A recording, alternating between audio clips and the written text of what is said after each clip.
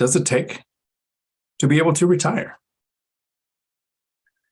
I have an actual answer, and it's not just sarcasm. I did a short recently where I pointed out that the number of rentals isn't exactly what we always want to consider to figure out if we can retire or not.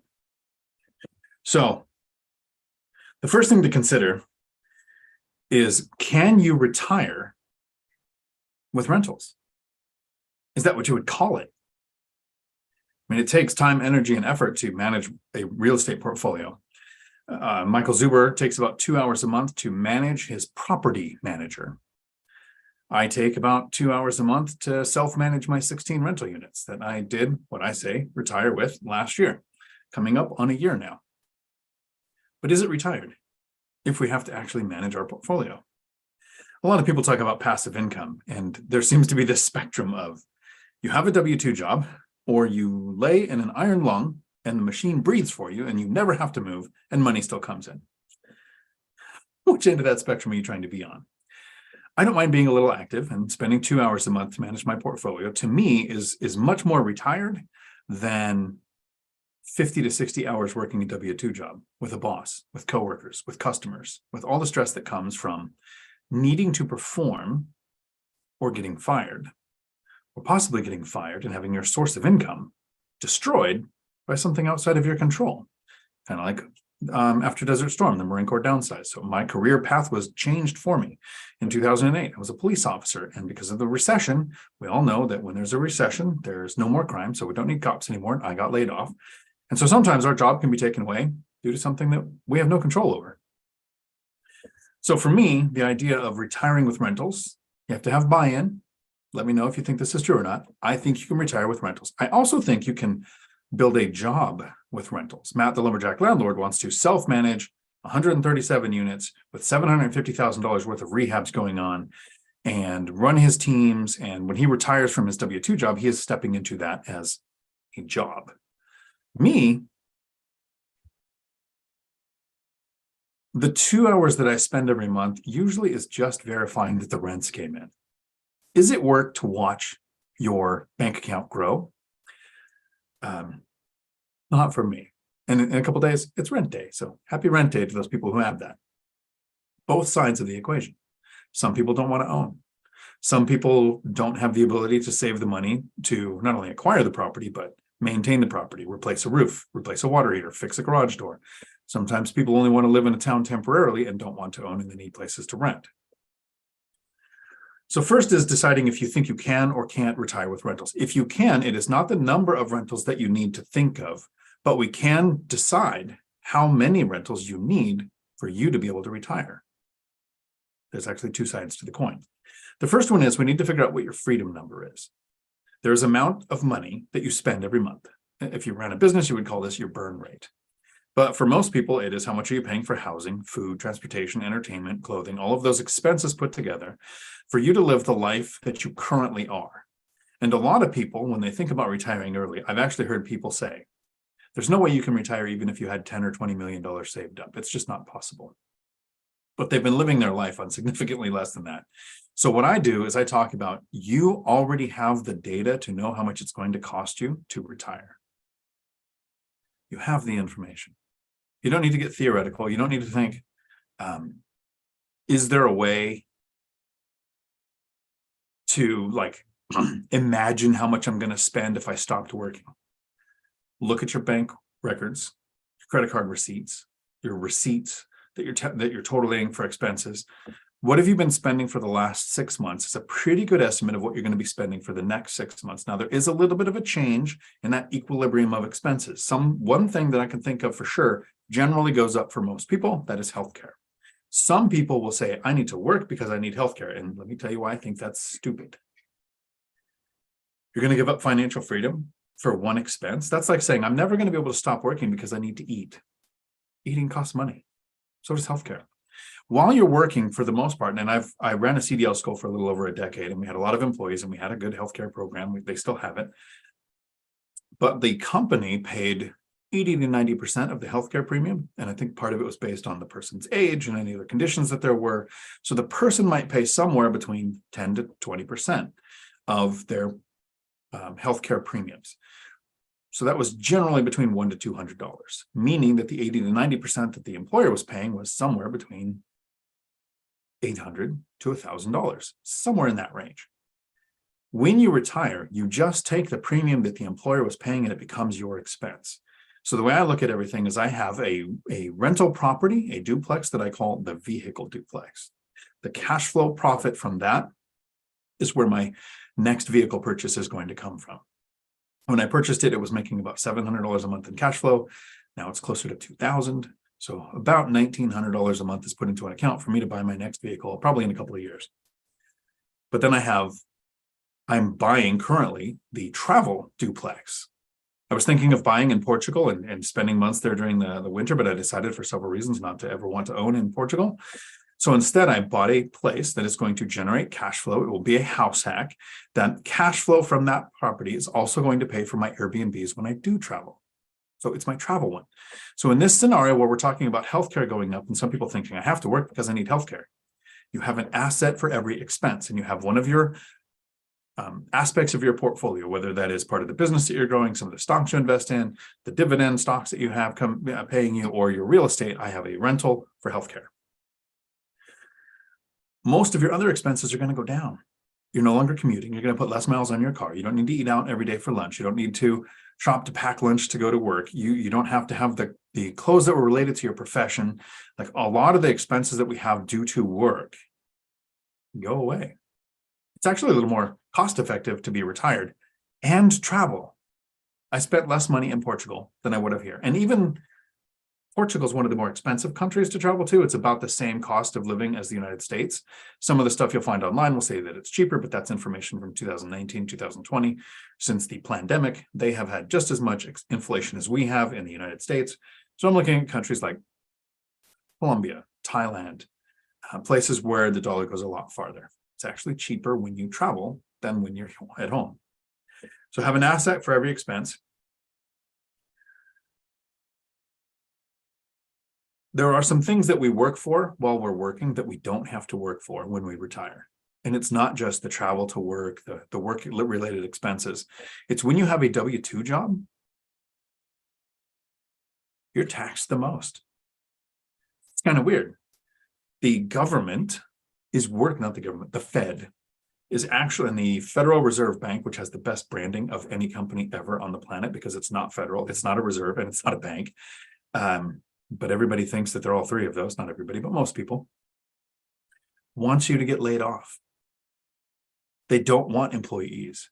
Employee percentages are too high because that's one of the things causing inflation. Wage inflation causes inflation. So they're trying to raise the rate so that companies have to lay people off to reduce wage inflation to lower inflation. So there is no incentive for you to be a W-2 employee. You are taxed at one of the highest rates. What the economy needs is innovation, creation. We need people to do builds. We need people to renovate older buildings. We need to create housing. So we incentivize people with our tax system by not only not charging taxes on most of the income, but you are allowed to depreciate and carry forward a loss to next year, just in case you make a bigger profit next year.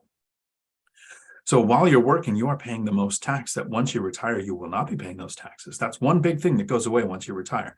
The second thing is, while you're working, at least most of the people I've ever met in my entire life, while you're working, you're saving for retirement. Now, I say that as the people I've interacted with who are in the financial freedom retire early community because we're thinking about money. But when you look at statistics like 48% of people between the age of 55 and 65 have zero saved for retirement, then what I said was actually inaccurate because there's a lot of people who aren't saving for retirement.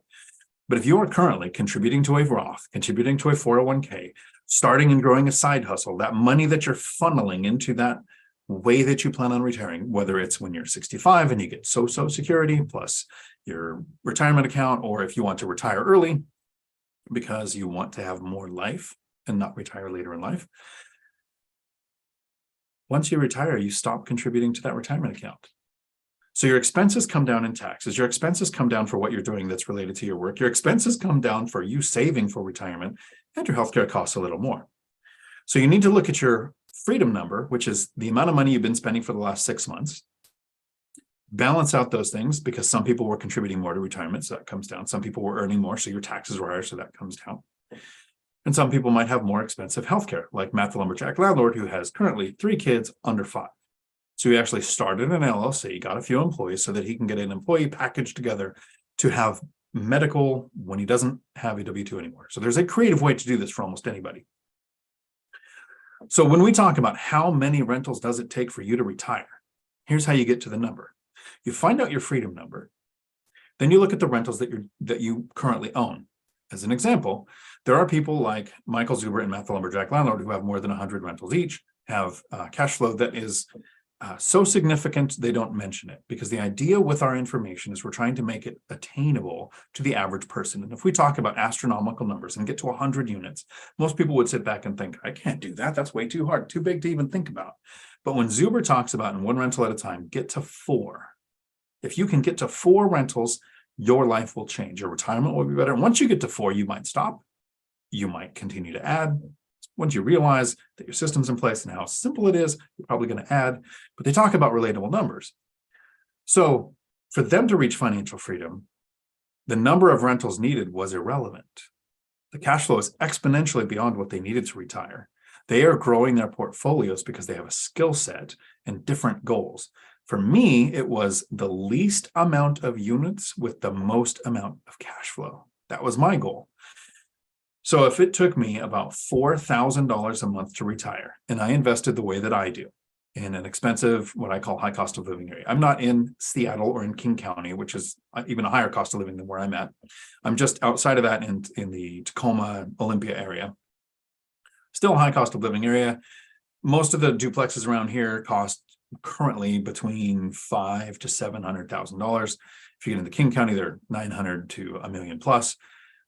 So for me, with a high cost of living rental, when I purchase each rental I save up a down payment. I'm using creative financing. I'm not financing 100% of it. I did one at a 5% down owner occupied duplex. The rest have been 20 or 25% down investment purchases. Even my fourplex, I put 20% down in because I want to save a down payment to have a better equity position in the properties that I invest in, so that the cash flow from each unit is significant. When I first purchased my rentals, I was getting somewhere between $400 and $500 a unit in cash flow. So day one, close next month, $400 or $500 a month in profit. And technically, it's 2 months later because the first month, there's no mortgage payment. So you actually have more income that first month. But second month, that's what I was getting on average per month. After 2 or 3 years, because of using the binder strategy, which is where my tenants ask me to raise the rent, I'm able to significantly increase my income per unit in a high cost of living area, to where now I'm averaging about a little under $1,000 a unit. I have one paid off property that kind of skews the number, so I'm getting more than $1,000 a unit, but the average is just under $1,000 per unit. So duplexes are paying me almost $2,000 a month. So if it takes me about $4,000 a month to be financially independent, meaning I don't have to work, my bills would be covered, it would take 4 units. 2 duplexes in this high cost of living area. I could literally get to the math of how many would it take to retire. But can I retire on enough money coming in just to cover my expenses? That wouldn't be safe. We can have a black swan event like an eviction moratorium or a pandemic or something else that causes a delay in payments coming in. So what I did is I used the 4X factor. And this is on a sliding scale. If you're kind of like me and you're fairly frugal and you can live on $4,000 a month, and I can do this because I'm still house hacking. I'm even going to be house hacking after this next purchase. So I have no housing costs. So $4,000 covers everything that I need. That's not a lot. So I'm with a 4X factor. If it takes you $20,000 a month to live, I'd probably go with a 2X factor, because $20,000 extra padding per month is plenty, in my opinion. So with needing 4, I went with 4X, meaning when my cash flow, my profit, this is after principal, interest, taxes, and insurance on all the properties, and after setting aside 15% for repairs, maintenance, and vacancy, after those expenses, when it passed $16,000 a month, because I have 16 units right now, bringing in a little over $17,000 a month in profit. I should probably do the math on this new duplex, because I get to rent out the rest of the unit that I'm in, one of the units at the place I'm buying. But that's where it's at currently. At the 4X, I could retire. So for me, it took 16 rental units for me to retire. because I wanted 4 times my freedom number. The bigger your freedom number is, I think the less of a multiplier that you're going to need. So if you are Millennial Mike, who there's a small chance might jump into this video later, and you're investing in Gary, Indiana, where you start with $200 to maybe $400 per unit in cash flow, and how many years it takes for it to get to, that $1,000 a unit might not ever happen. It will take more units, but the order of operations is the same. What is the freedom number? What is he getting per unit? What is the multiplier that he wants to use? And how many units does it take to get there? So I can't tell you how many units it takes for you to retire, but using that equation, you can work through the math to find out how many it's going to take. And that's the intro to this video. Now, the rest of this video is going to be me answering questions, and I will be here as long as the questions keep coming in.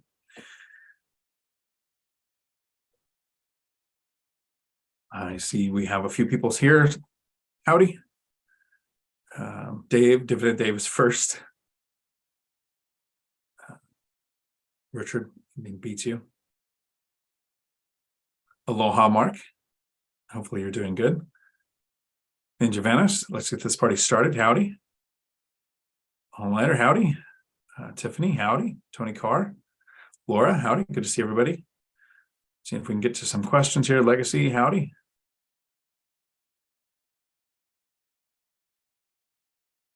Has anyone seen Chester? When was the last time? Last week. I haven't seen him in a few days.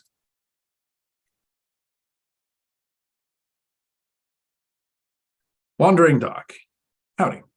Just started your binder strategy course, and it's great. I have 2 tenants where I haven't raised the rent in 2 years, and it's going to be interesting. My plan is to send all of the photos in the binder in an email format. That's how Matt, the lumberjack landlord, does that. He does it through email. He might have even done some through text. And that's how I do it with Section 8. Right? I'm not going to go to the housing authority and have a meeting with the counselor. At least I haven't yet. But I send them the comps. And you really do the research in your area, Wandering Doc.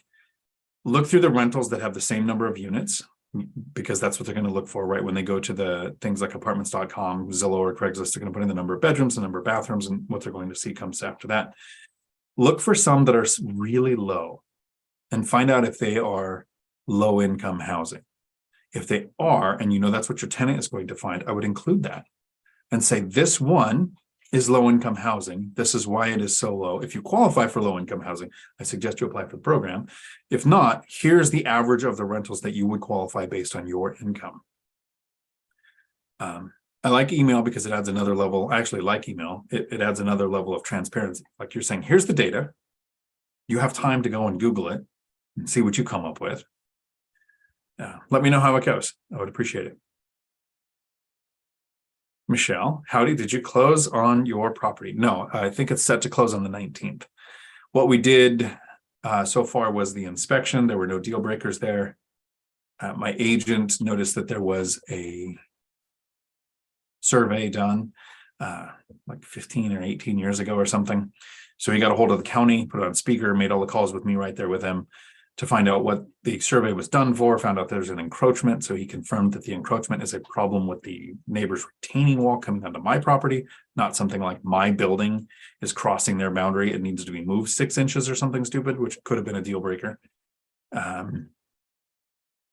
think everything, I confirmed some things during the inspection that the terrible listing agent didn't put out very transparently. I couldn't tell if it was a legal duplex, couldn't tell if it was 1 or 2 bedrooms per unit, couldn't tell if there were separate meters, like the listing had nothing that I would generally be looking for. So getting there for the inspection, and that's kind of like an education point for people. I've still never gone and looked at a property and then made an offer. I've made offers and then gone and done a drive-by, kind of, like an LA drive-by, but like a Washington drive-by where you go look at things and, look for something that would be a deal breaker and then schedule the inspection. So went and looked at it, scheduled the inspection, went out to the inspection to get, to confirm those things, found out is a duplex, is dual metered, is 2 bedrooms, 1 bath each unit. does have both units have wraparound decks with 2 side water views. It had everything I was looking for, which in the listing would have, to me, made it worth more than what I paid. All of those details coming after closing.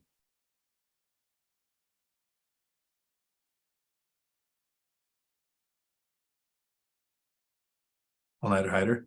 Every time you hit the like button, an angel gets its wings.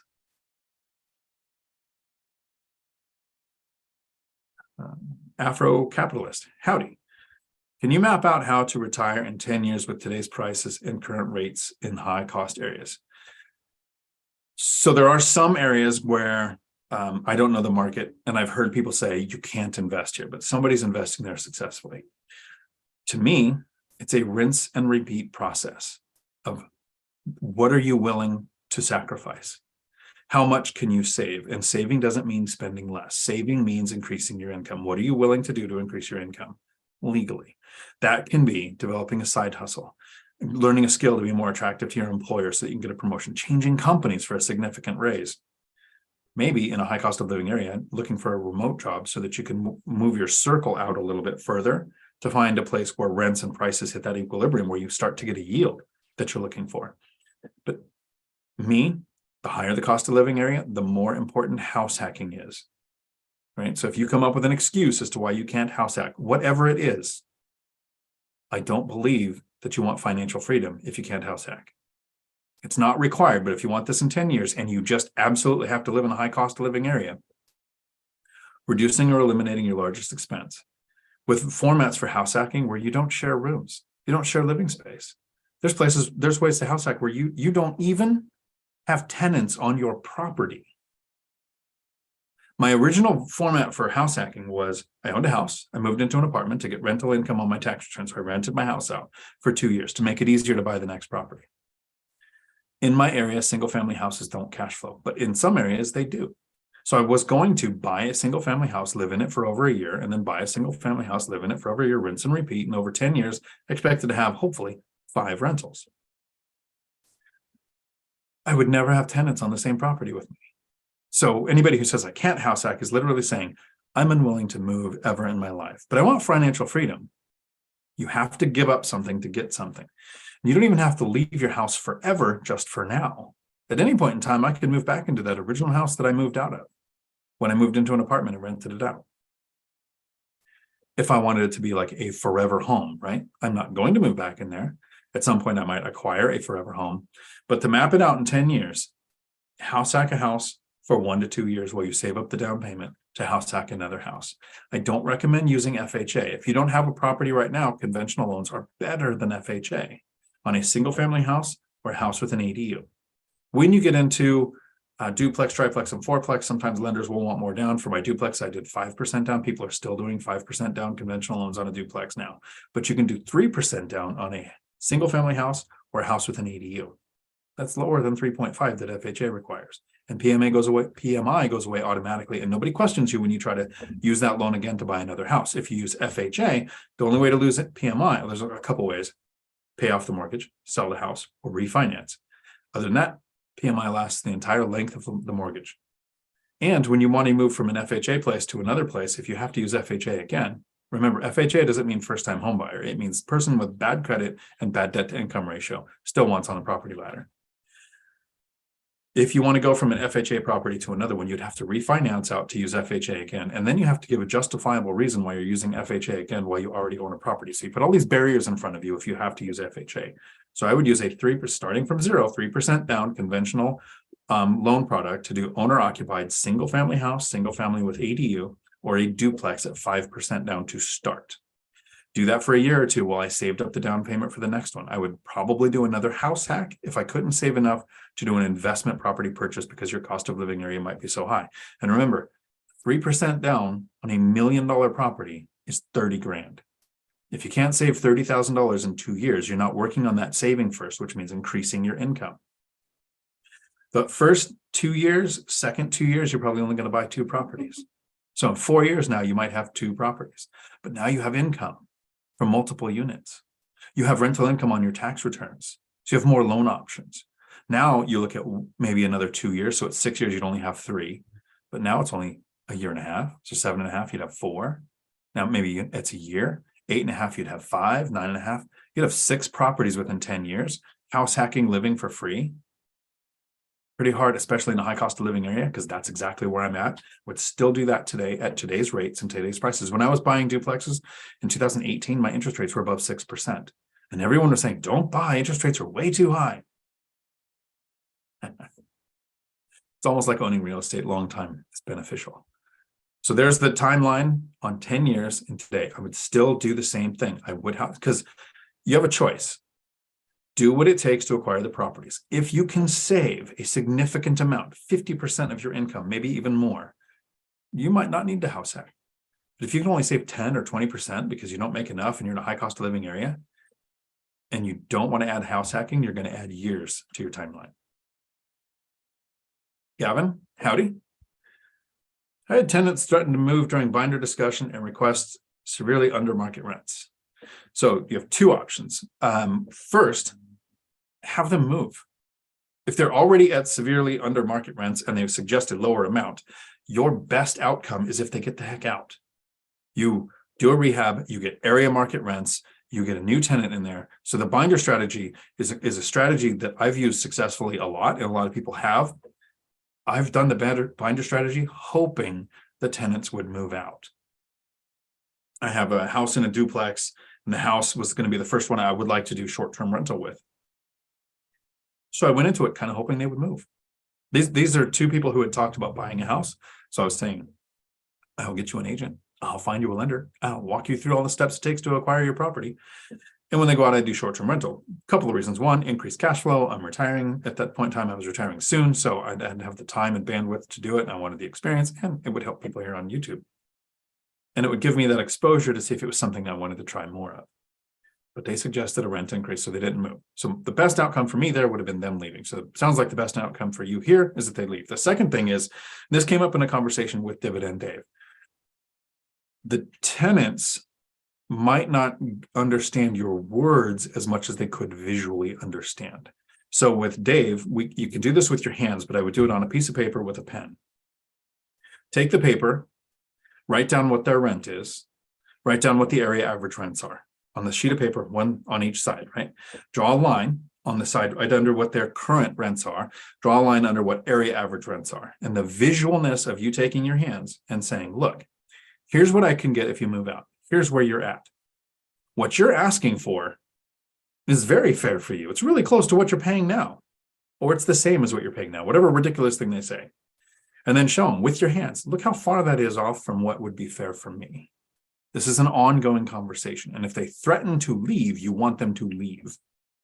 And anybody who makes any kind of threat, like thinks that they have the power because leaving, which is in your best interest. The idea is here, you don't want to displace a tenant. You want to give a tenant the awareness that they're still paying a little less than area average rents. And you have a conversation. I've had a tenant, my son was with me when I did this. I think it was a good learning lesson for him. Rents were here. The current rent was here, area average was here, tenant, suggested a small increase. And I did the same thing. I said, look, you're really close to where you are, that'd be fair, but do you see how far you are off from the regular rents? And that's when it just dawned on her how much of a gap there was. So she suggested a massive increase. And I said, that would be great, but let's go more for the middle. So we kind of came down a little from her second suggested number. Not saying that might be what happens with you, but I would try a visual representation of it. And remember that the best outcome is if your tenants leave. Part of the binder strategy is to not have to do the work of a rehab, not spend the money of a rehab, which makes mathematical bad sense. The best outcome is for you to spend the money on a rehab and get the new rents. And the purpose of the binder strategy is to not displace a tenant who wants to stay. Now, if a tenant is unwilling to pay what is fair for both of you, it's best that they go. And what's happened with Matt, the lumberjack landlord, and several times he does the binder strategy through emails, is the tenant says, well, I'm not paying that. I'm not going to pay anymore. And then they start looking around and realize, wow, everything he said to me was true. I can't find a place. They come back and they say, hey, can we stay? And Matt says, no. You had your shot. A hard discussion's over. And it was the way they handled the conversation. And so they had to move. And he put a new tenant in there at a significantly higher rent. I see that Ranny, howdy. I remember when you came through the school. Welcome to the membership. It should be this Friday. It might be this Saturday. It's probably going to be this Saturday. We're doing a members only live stream. And what that is we all get on Zoom together and we look at markets. The purpose of it is more specifically to look at your market, leads from and if I think you were around here. I'm not sure if you've moved out of the area or not, but we will look at, what aspects of that market do we consider? How do we know the good parts of town from the bad parts of town? What would we consider attractive things for a tenant versus things that tenants would want to avoid? My market, your market, I'm still hunting for the next deal. I'm going to be making offers probably during the live stream on Saturday because there's a couple that I want to look at. So as a member, you will have access to that. What happens is I post just like you saw here, you'll get a notification. I'll probably do it the day before where, hey, there's a members only live stream. It'll probably be on Saturday at like 10 a.m. I think that's probably when it's going to be, because I have the course live stream at noon this Saturday for the people who want to go into like deep delves into their portfolios. That's at noon. So you'll see the thing. The first comment in the chat, in the live chat, will be a link to the Zoom for that. And you can sit back and watch on YouTube if you want and make comments, or you can join the Zoom and interact more personally. So hopefully I'll see you there. Gavin, you have to know that your research is sound and that you're willing to let them move. Absolutely. The person who has the ability to walk away has the power. I don't want to give two exact numbers right now, but the property I'm under contract right now was listed for a long time. They did a significant decrease, and then I offered about 80% of that. They countered within the middle. From their decrease to where I offered, they countered within the middle, which meant they were trying to split the difference. And I said, well, that's my offer. And since you countered, I retract my offer and I don't want the property. I made another offer on another property, which I was hoping to get. The next day, that person called, listing agent contacted my agent and says, is your deal still good? Because we'll take it at the offered amount. You have to know whoever has the ability to walk away, whether it's the tenants moving out or you making an offer on a property, the person with the ability to walk away has the power. Totally agree with you there. Esther, howdy. Hoping to get a better cash flow. The rent market this year is flat. I'm not able to raise the rent for the current tenant. How often do you raise rents to keep up with the current market? So knowing what area average rents are helps you set your rents. Unless you invest in large apartments, try to avoid looking at the rents for large apartments. It's a very different type of tenant that rents apartments. Look at small multifamily and single family houses. My duplex and my single family house rent for the same. They have fenced off yards, their own garages, so they rent for the same. Know what happens in your local market. If rents basically go up like they were from 2010 to 2020, I was doing 5% every other year. So I'd have 1 year where I got to tell tenants, hey, we're not doing a rent increase this year. Next year, we'll probably have about a 5% one. But this year, it gets to stay the same. Tenants like hearing that. It's pretty rare because most people do a small increase every year. I like 5% every other year. I do the binder strategy about 2 months after acquiring a property. Right. So I acquire a property, rents are usually low, use the binder strategy to get the rents where I need them. Or in sometimes you want the tenant out. So you can do a rehab and get the next tenant at the right rents there. Have I done that yet? No, I haven't. I've hoped for it, but I haven't had it yet. I have had tenants move out and then I do a rehab and not a rehab, but I've done flooring and paint. So not a full rehab. I'll be doing my first full rehab with Matt's help here soon. So 5% every other year until we had what we call a black swan event. So something happened that completely disrupts the market. We had an eviction moratorium, pandemic, forbearance, the CARES Act, all of those things that happened in 2020, 2021, to where most people couldn't raise rents. So I didn't. And then in 2021, rents skyrocketed because working remotely became more of an option than at any point in my entire life. So this circles that expand out from a city expanded and rents skyrocketed, went up 30 to 40% in my area. So I used the binder strategy on all existing tenants at the end of 2021 and the beginning of 2022. I had an increase of 20 to 28% on that second use of the binder with all of those tenants.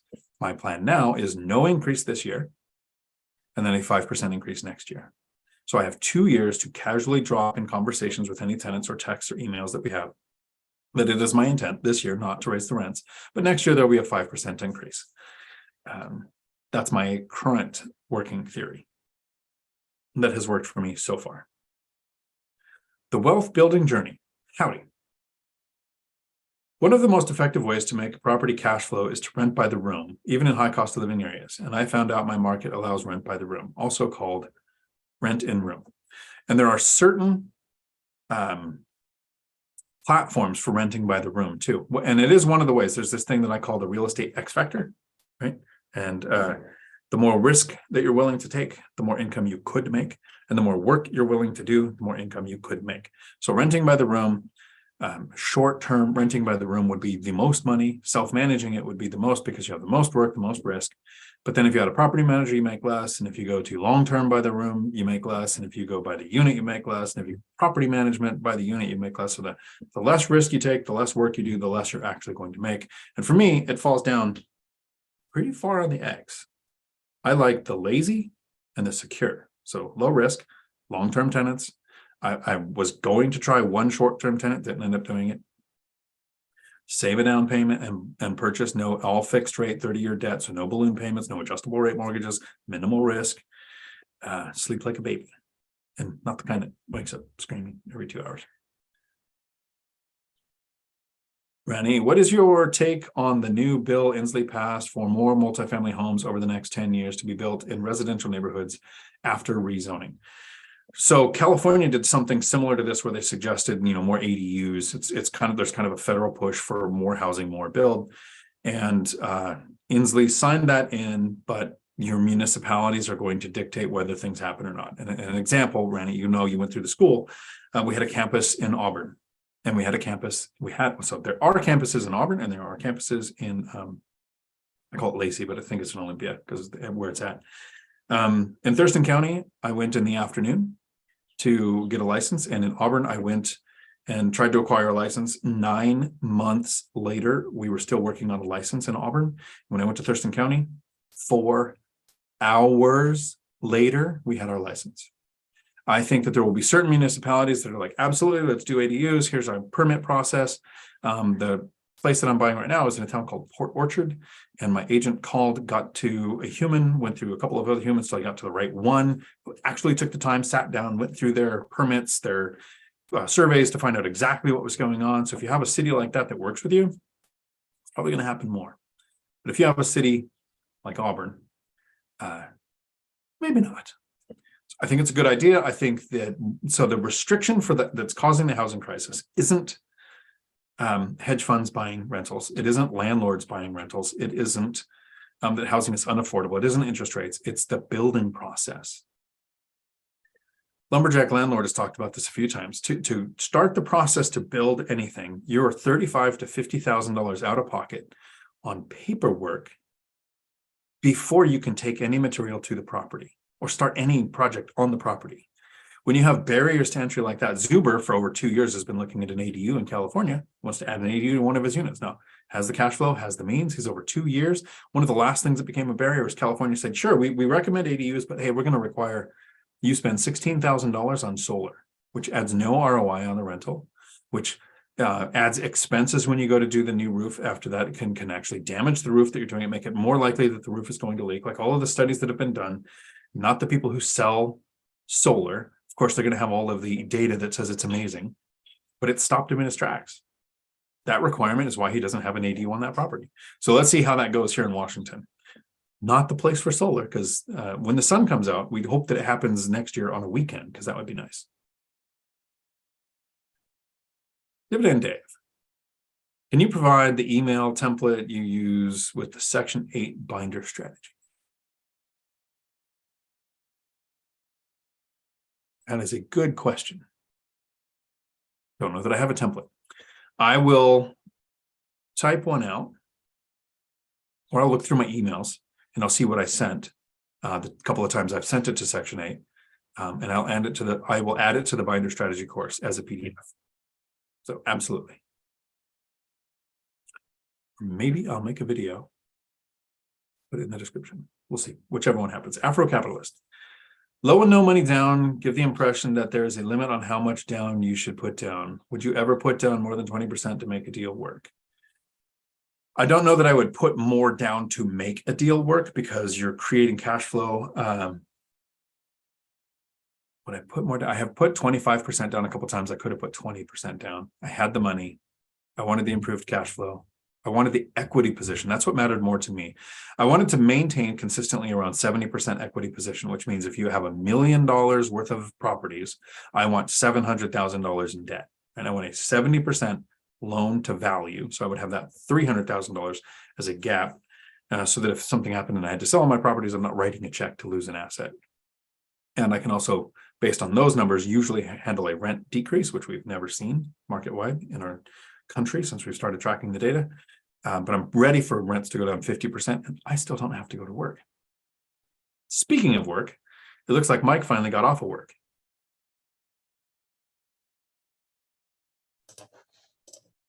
Aha. How's it going, man? Howdy. Nice to see you made it. I've been working on my howdy. I think James has it down. You should use that video in a short. He's like, this is how Dion says howdy. Howdy. He's worked so hard on his eyebrow. Nice. Also how he says, but not today. So how many rentals to retire? What was the secret number? I get here 40 minutes late. What was the magic number? I'm sure it's the same for every person in every situation. Absolutely. It was just this number. So there was an order of operations to it, which I'm probably going to butcher now because of the way my memory works. But the first thing is figuring out, can you retire with rentals? Is it considered retiring, even though it still takes me 2 hours a month to manage my properties, and Zuber 2 hours a month to manage his property manager, and a millennial math lumberjack landlord is retiring to run his real estate industry, like his repair crews going and all that. Mm-hmm. So I compared my 2 hours a month to my 50 to 60 hours a week running the business. And then I talked about finding out what your freedom number is. Because it's not how many units, it's how much cash flow. Right. Then we can look at, to get your freedom number, there's a few things that change. You have the data, what you've been spending for the last 6 months, but healthcare is probably going to go up. Most of your other expenses are going to go down. You're going to pay less taxes because real estate is considered passive income by the IRS. You're not going to be saving for retirement anymore. So a couple of those expenses come down to actually retire. Then it was, how much cash flow does each rental use? I actually used you as an example, as I'm in a high cost of living area. So to get the cash flow that I needed, it took 16 units. In your area, I think you had 17 units now, right? You're passing me. Once I close on this next deal, yes. Right. Actually, it'll just be 16. It was a 3-plex, possible 4-plex. Okay, well, I have a feeling you'll pass me by the end of the year because I'm closing on 17 and 18 by the 19th. You stud. Will leapfrog me by the end of the year because so I really plan on getting more. Well, but you know what? Mr. Oh, I don't think I'm going to need any more. I might just pay off some more as buying 2 more right now, apparently. Are we talking about that full-fledged? Are you going through that deal or are we still not trying to jinx it? No, we're full-fledged without details. Right. I'm just, because it's not the jinx it, it's the you never know who's watching kind of thing. Mm-hmm. Mm-hmm. And so if I give exact details on exact property, who knows what can happen. I don't trust anybody either. I don't care. Come at me, right? Yeah. But so then after that, it was, how many units would you need versus your cash flow is a different number of units than what I'm going to need versus my cash flow. So how much cash flow do you need? What do your units produce? Mm-hmm. I like it. That makes a lot of sense. And I think that the number is probably, as you mentioned, different for every person in every market, depending on the cash flow number, depending on what their properties yield or generate. And guess what? It's going to be ever changing because, as I found out, aiming for $250 a door day one. Well, by year 3, each one of those is now making $500. So whereas I needed, 30 units when day one they make $250 a month in straight profit, by the time I'm at year 5, I don't actually need 30 units anymore. I just need, like 17 good cash flowing rental properties because some of them are doing better than the other ones. So, and then in a few years, the ones that you're acquiring now and last year will hit that 3-year mark in the cash flow. Yep. We say this often. It's almost like owning real estate over a period of time works out in your favor. Yeah, time is undefeated. That's why the wall is undefeated, because the wall is just time. Dividend Dave asks, when is the next members only? I talked about that, I think, which is going to be, it's this Saturday, probably 10 a.m. Only reason it might not happen is 10. I'll put the video up and I'll set an alarm is if I'm taking a nap and don't wake up. Lumberjack Landlord, howdy, Matt. If you haven't taken the binder strategy course, you are missing out. It's one of the most important aspects of landlording. Dion, how much more money did the binder add to your bottom line last year? And it's free. Like the binder strategy course is free. Binder strategy course is free, right? And it's my intention to keep it that way as long as I can. And you can find it at diontalk.com/binder. Just go to diontalk.com and the 3 options of what you can do there. One of them is the binder. When I went into the year initially, because my last purchase was 2021, based on the cash flow, I should have netted 160, I think it was 4,000. The year before was 128,000. Then with the acquisition of the duplex and a couple of rent changes, it was supposed to be 160. I think it was 4,000. But 2022 was 203. Now I didn't acquire any more properties. Here's the binder strategy. That didn't suck. Yeah, it was so good for Dion that he had to be careful as we did the portfolio tour going from each one of his properties. He had to be careful not to share the numbers just in case the tenants might watch it. They might feel some type of way. So I do have tenants who watch my content and they comment on some and they say, yeah, absolutely. Use the binder on me. I'm happy. I'm getting better than an average rent. I'm totally happy with it. But they don't need to hear that each unit is rented out for 2,000 and the mortgage is 1,300. Like, those are just numbers they don't need to process. Chic, details on your first ADU build. Thinking of doing one in Vancouver, Washington. So if somebody were to come on my channel and say, I would like to do a full gut rehab, like I'm about to do on a unit I'm acquiring, I would go, have you met Matt? Yeah. And if somebody goes, I want to invest at a distance, how do you do that? Have you met Millennial Mike?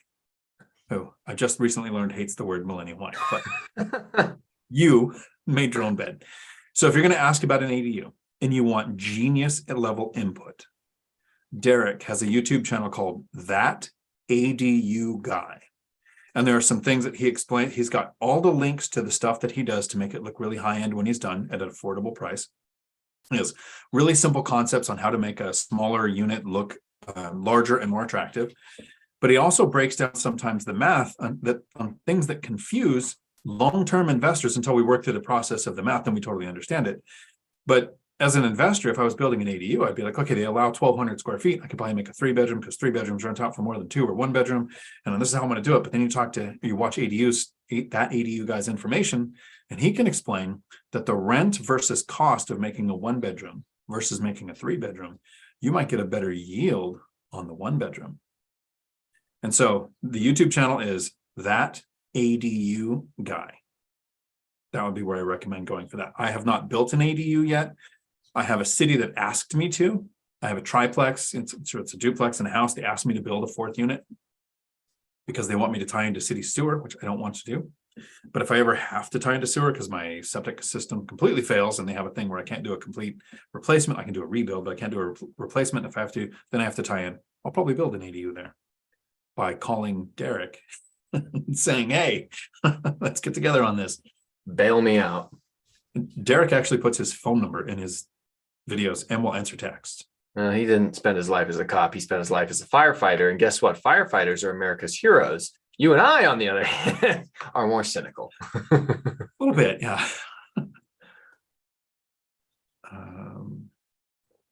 Looking for the next question here. Wandering Doc. I have a property that I just rented for $1,900. Really old, original condition. However, if I do a rehab, that would cost $25K. It will increase the value up to about 60,000, and the rent would easily be $2,300 to $2,400. So you can do the math. First, do you have a tenant in place? Because there's something to be said about having a stable tenant in place, where I would do binder strategy, see where you can get the rents. But if you don't disrupt that, the lower level of work that you need to do on an existing tenant that is dialed in, to steal Matt's term, I wouldn't mess with. But if the tenant goes out, the cost to rehab is $25,000. The rent increase, if we went from 19 to 23, so $400 a month. gives you could actually do the math times the 400 times 12. I just did it. He'll make all his money back in 5.2 years. 5.2 years. Okay, so there you go. Did you see the yield on it?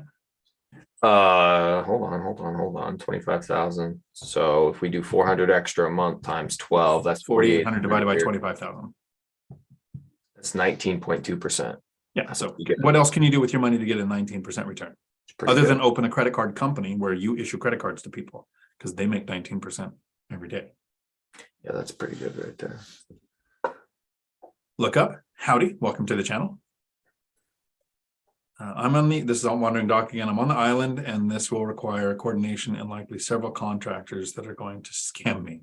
Would you still do it? Well, I wouldn't get scammed. I would probably, even on an island, see how much response you get from the Thumbtack app, because those are generally contractors that rely heavily on their reputation. You can see all of the reviews, how many jobs they've done, and less likely to get scammed. I've had really good luck with that, and I'm not an affiliate or anything of the Thumbtack app, which I really should look into being. No kidding. You probably should get an affiliate link for that at this point. The problem is, here's why I'm not, and I don't think it would work, is Thumbtack is free for the user. Right, the fee, I think, is for the contractors that are using it to post themselves on there. I'm not talking to the contractors, I'm talking to the investors. So I get it. Dividend Dave, I moved to a cheaper market to house hack. In one move, I was able to increase my saving by over 50% in an area that is growing and teeming with opportunity. And you just did a short on my channel, Dave, on the results of your binder strategy in that area too. Yep. Howdy. Haven't seen you in a while.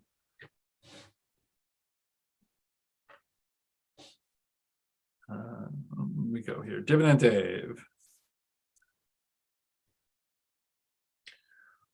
The lines still drawn out. Thank you for doing that.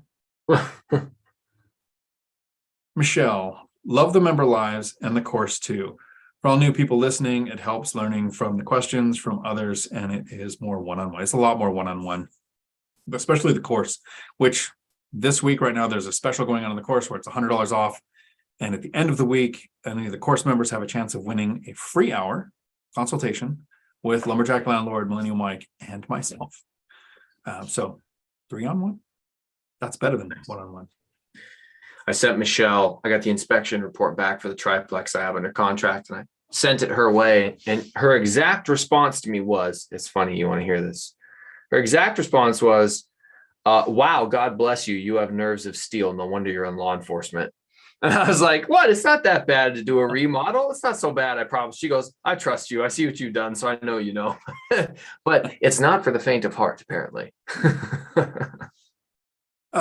You saying God bless you reminded me of something today, and this is a bit of an overshare. A friend of mine is going through an eviction. Like, they own a rental, they're evicting somebody. So I go to have the conversation with the tenant, and I bring a friend to serve the eviction paper, right? So that if they have to go to court, this person goes, not me. But we present the eviction to the tenant like this. Look, you have this life event going on where you can't pay your rent. We totally understand. So as a favor, we're going to serve you eviction papers, because now you can take these eviction papers to the places where you might qualify for assistance. And because of the life event, you might actually have a better leg to stand on with whatever's going on if you have these eviction papers. So my friend serves this tenant. And how do you think most evictions go? Right? Tenant's getting this. She almost hugged him. She thanked you, almost started crying, and said, God bless you, as we were leaving, because she was so happy that we served her the event. So it's the presentation more than anything. Dion, I know how to spell master, but how do you spell manipulator? It's almost like a superpower to get anybody you want to do anything you want. It's one of the 2 superpowers that a person might have.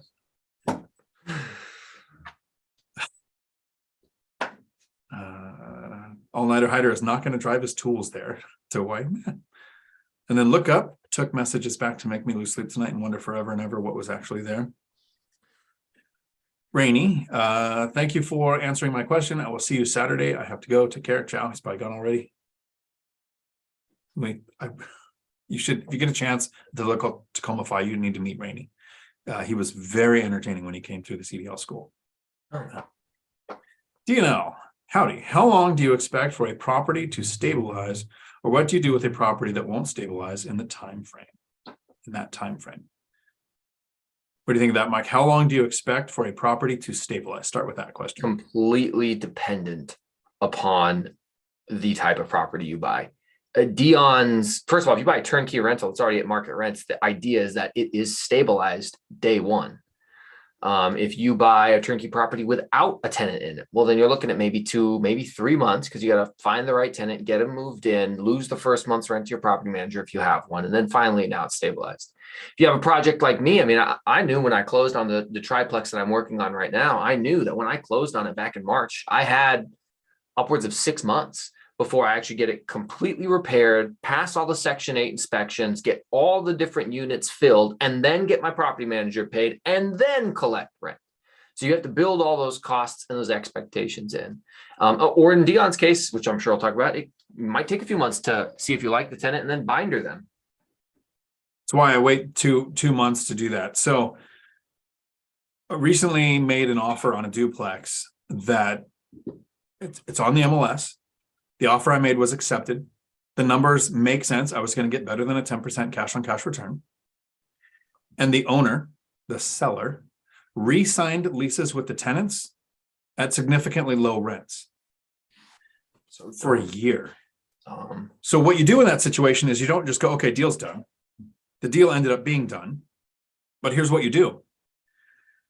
I went, okay, I could make $800 more a month if rents were where I wanted them over this year. So 800 times 12, $9,600. I'm going to lose $9,600 in rents. Take the $9,600, add it to your cost to acquire. So down payment, closing costs, money for immediate repairs, and this ghost $9,600 that I'm going to lose on rents not being where I want them. What number makes the deal make sense? So I took $10,000 off my price, made the offer. And then my other offer called back that day and said, hey, does your offer still exist? We'll take it now. So I pulled the offer, which is why I told Mike I would send this duplex to you because it makes sense. Mm-hmm. And I see a super chat from Dividend Dave. What condition does a dog with stiff joints has? Arthritis. Okay. Nice, Dave. Nice.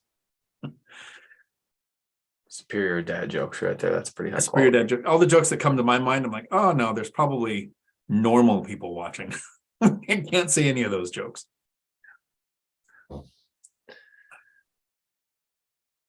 Wandering dog. Yep, Hyder, I don't think you're driving across the Atlantic anytime soon. To get to Oahu? Is that the Atlantic? It's in the Pacific. No, that's Pacific. Pacific is the Atlantic. Maybe they're talking about a different location. I went to school in America. They don't teach us anything. Wandering dog. It took me 5 rental doors and 10 passive syndications to reach fire. My standard is double the living expenses in an expensive area like Hawaii or Tokyo. Of course, my expenses are now like 1/5. Right. So, and I also talked about that a little bit, Mike. The lower your financial freedom number is, the bigger multiplier you might want to use. Right. If it only takes you $1,000 a month to live, I wouldn't retire on 4,000. Right. The smaller it is, the more I want. So if it takes you 20,000 a month to survive, maybe 2 times is plenty instead of 4 like I went for. My current plan right now, and I won't share your numbers. I don't know if you do, but I know what you make in free cash flow every month. And so I'm kind of just aiming $17,226. Yeah. So I didn't know if you share that, but yeah, I'm aiming for probably about 15 is what I would feel comfortable at based on how I know your expenses are. And again, Dion and I are different. Dion's kids are all raised and gone. I got a 6-year-old and I hope to have a couple more. And so I got a plan for mouths to feed. I never wanted kids. Yeah. I tell my kids all the time, you guys are all living, breathing proof that I never developed time travel. Love them. Didn't want them. And then my chat moved. Sorry, I lost the chat. Yeah, you got me too. Ever think about the debt hammer? I'm going to scroll up until I find it, but John Williams, howdy. Ever think about the debt hammer, Dion? I do think about it, have thought about it, considered it, and came close to doing it recently. Decided on several searches set up and putting money to work. The debt hammer made sense. At one point, I had a mortgage with above a 6% interest rate, and it was my smallest mortgage when you were only allowed to have 4 in your name. So I focused and used the debt hammer to get rid of one was going to rinse and repeat. Made sense then. Doesn't make sense now. All of my mortgages are below 4%. All but one are at 3%. There's not much nail left to hammer. Like, I want that debt is at such a better rate than inflation that I don't see getting rid of it. I did kind of consider it because the idea was the most amount of cash flow with the least amount of units. To a point, I still like having the leverage and gaining appreciation on more than what I have invested. Getting principal pay down. Cash flow is more than I need. With the income, it's costing me less than $4,000 a month to live. So I'm banking somewhere between $9,000 and $14,000 a month towards the next purchase. Which would significantly hammer down the debt, but still chose not to do it. Stephen was the next question. After Wandering Doc, he said, for a house hack, would you guys run the numbers to where if you move out, you would still cash flow at today's rent? You want to take it or you want me to? Sure. Yeah. And this is another example of where I swear to God, I just get ripped off by BiggerPockets because I heard them give an answer I've given multiple times on this that I had not previously heard them give. Because the way that I always break it down is everybody wants to cash flow. The dream house hack is, oh yeah, one side completely pays for the rent. Wouldn't that be great? That'd be wonderful. But it's not very likely in a lot of expensive markets. So the way that I break it down for people is, okay, what do you spend in rent right now? For me, I was spending $2,000 a month in rent to rent a little 2-bed, 1-bath in the Seattle area. When I got my duplex, the effective cost out of my pocket after the tenant paid their portion and my roommate paid their portion, I was able to only pay $500 towards a mortgage. So I took my $2,000 monthly payment and turned it into a $500 monthly payment, which saves me $1,500 a month. So I could save and buy more real estate faster. Would it have cash flowed day one? If I'd rented out both sides, it would have technically been enough to cover the mortgage, but not enough to set aside money for vacancies and maintenance and repairs or pay a property manager. So I technically would have been cash flow negative. But what was the most important thing for me was to save as much money on my largest monthly expense as possible. So that's why I got this house hack. Now, years later, with refinances and appreciation, one side will cover the whole mortgage. So, Stephen, that's a great question. Here's the two things I do when running the numbers on a house hack. First, I'm not a factor. So I take out me living there and the low down payment, because I like to calculate the yield, which is going to be how I get to the answer of Brandon's question. Fortified General Contracting, thank you for the super chat, but I don't want to answer your question completely, but here's a little bit of the answer to that. I'm investing for yield. So I want to be able to compare property to property, whether I'm going to house hack or not, to see which one is the one to acquire. So even though I'm going to own or occupy a house hack, and I have done a 5% down and a 20% down purchase on those, and the current house hack, I'm actually doing 100% down. I'm not even using a mortgage at all. But to run it to see if the property would make sense, I do a 25% down payment. Whether it's an investment or a house hack, I run the numbers like I'm doing a 25% down. Because here's an example. Let's say you use a VA loan to buy a place. 0 down. Pretty easy to show a really good return, right? Because anything is an infinite return on that down payment. So I do it at 25%. So that's the first step. The second step is I take myself out of the equation. I always run the numbers as though it's the year after and all rents are rented, all units are rented out. So I'm not going forward a year in the future for rents. I'm saying today's rents, if all units were rented, what is my yield with the 25% down payment, closing costs, immediate repairs, and if all units were rented? So yes, I do run the numbers as though I'm not living there. And then Brandon has a question here. What cash on cash return do you target? So I'll start with that first. The idea, and I take this right from one rental at a time, is to study your market, learn what average is, which takes like 60 to 90 days, and then try to beat that. And for a long time, the 4 Avengers, REI Avengers would say, so you get a great deal. You find out average and then you get a great deal. And Matt pointed out, the lumberjack landlord a couple months ago, really what this does is it's an insurance policy that stops you from getting a bad deal. That resonates. It makes really good sense. So he had to say something smart eventually, right? Average in my area for a long time was 7 to 8%. So I shot for 10s. That's year one. So usually by year 3, it's 20+%. So it gets much better. One of the things I like about real estate is it's not an annual return of whatever. It just gets better and better over time. over the last year, as interest rates were going up and prices were not going down, it got harder and harder to find the yield that made sense. And so I could have lowered my yield expectation to 4 or 5 and looked for a 6. Instead, I did 2 things. I expanded my circle out further from the high cost of living area that I'm in. I added a 30-minute area as far as driving goes into my search. And then I watched days on market. Almost all the properties I've made offers on have been on the market over 60 days in this expanded search.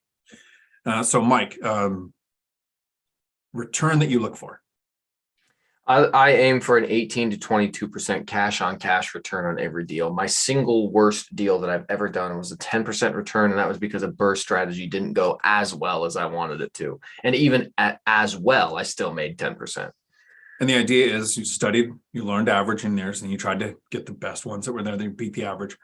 And you actually looked at your market for a long time. You watched Matsky for months before pulling the trigger.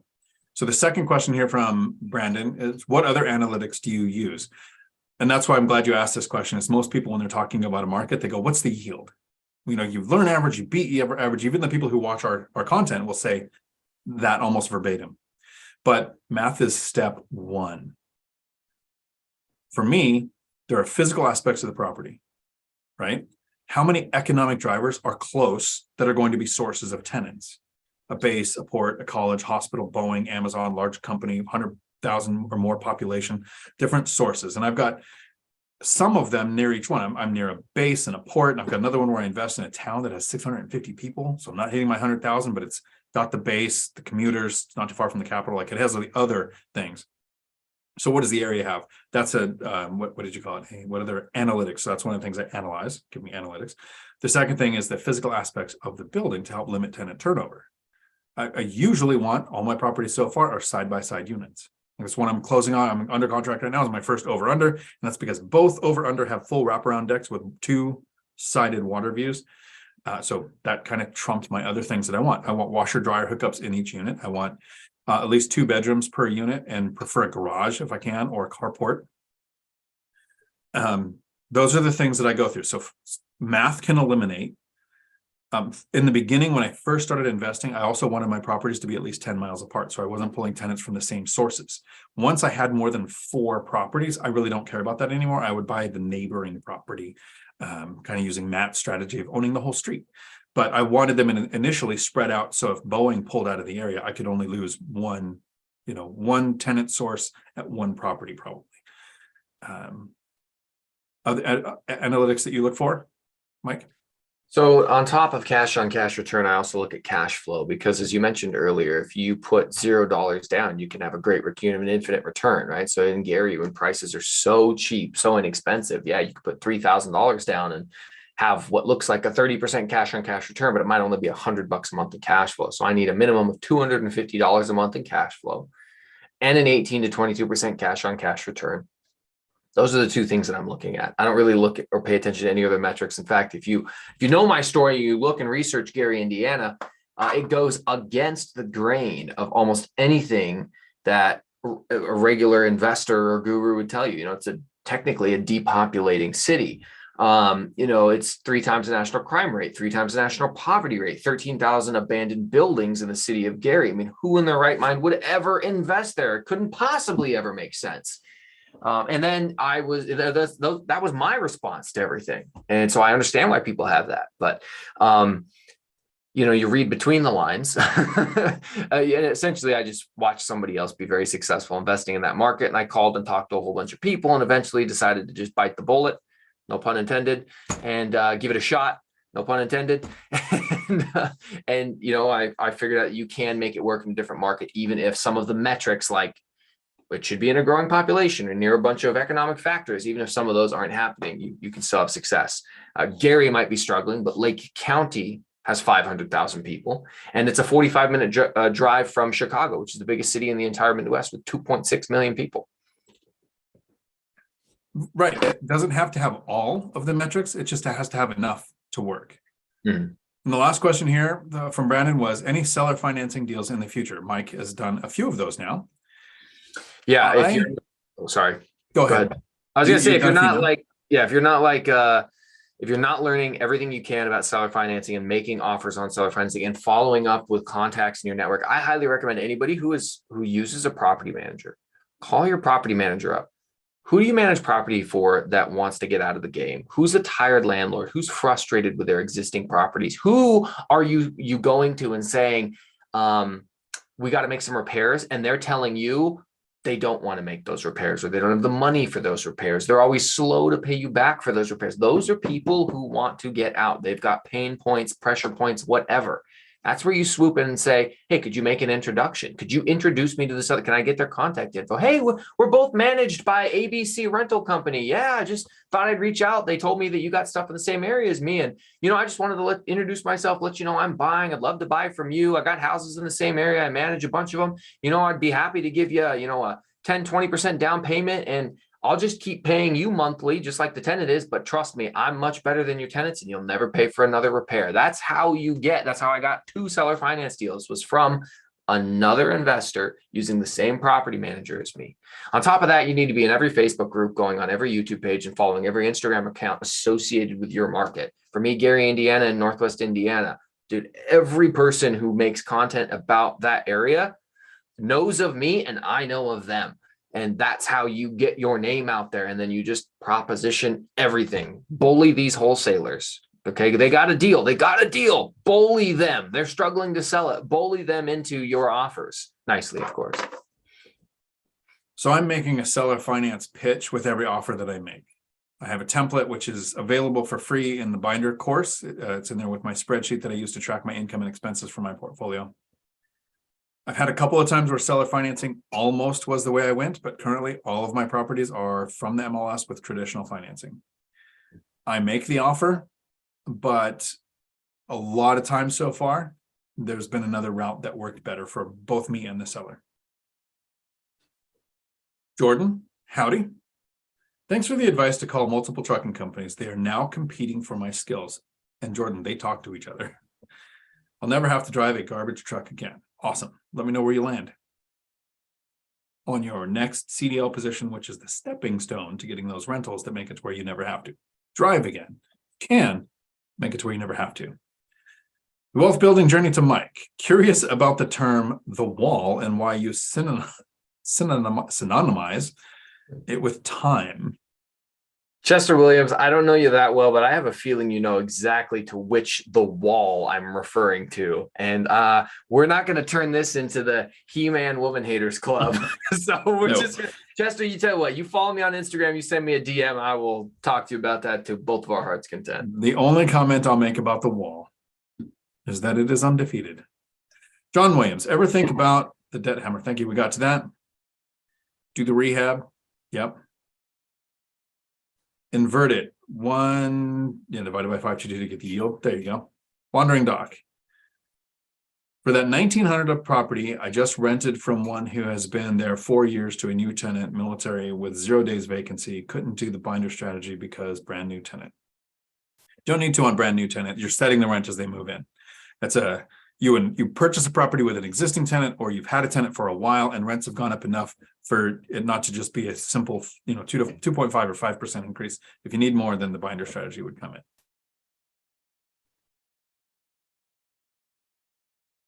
Mike, are you packing your P365? I don't own one. Dion does, but I don't. Yeah, I'm not a SIG fan. I just have a 365. I have the anti-snag. I end up with 6 hours. They're just compact and concealable. As much as everybody hates them, I prefer Glocks. I'm at like 4,500 rounds through that one that you carried. Never had a jam. No, I'll give had it to slides you. inspected. No repairs needed. I have Smith & Wesson, M&P 2.0, 9mm, and same thing. Never had a jam. Ever. And I've put thousands of rounds through that thing, through training and thousands of rounds, not one jam ever. The reason I acquired the 6 hour anti-snag is because the piece of 365 jammed every other round. Good Lord. I'm pretty sure I've got bad magazines, but the wealth building journey, payback period, and yield are inverses of each other. Yeah, it's the rule of 72. I don't know if you're familiar with that or not. Wandering Doc, I predict this new guy will be there minimum 1 to 2 years. It's someone who just got out of the barracks.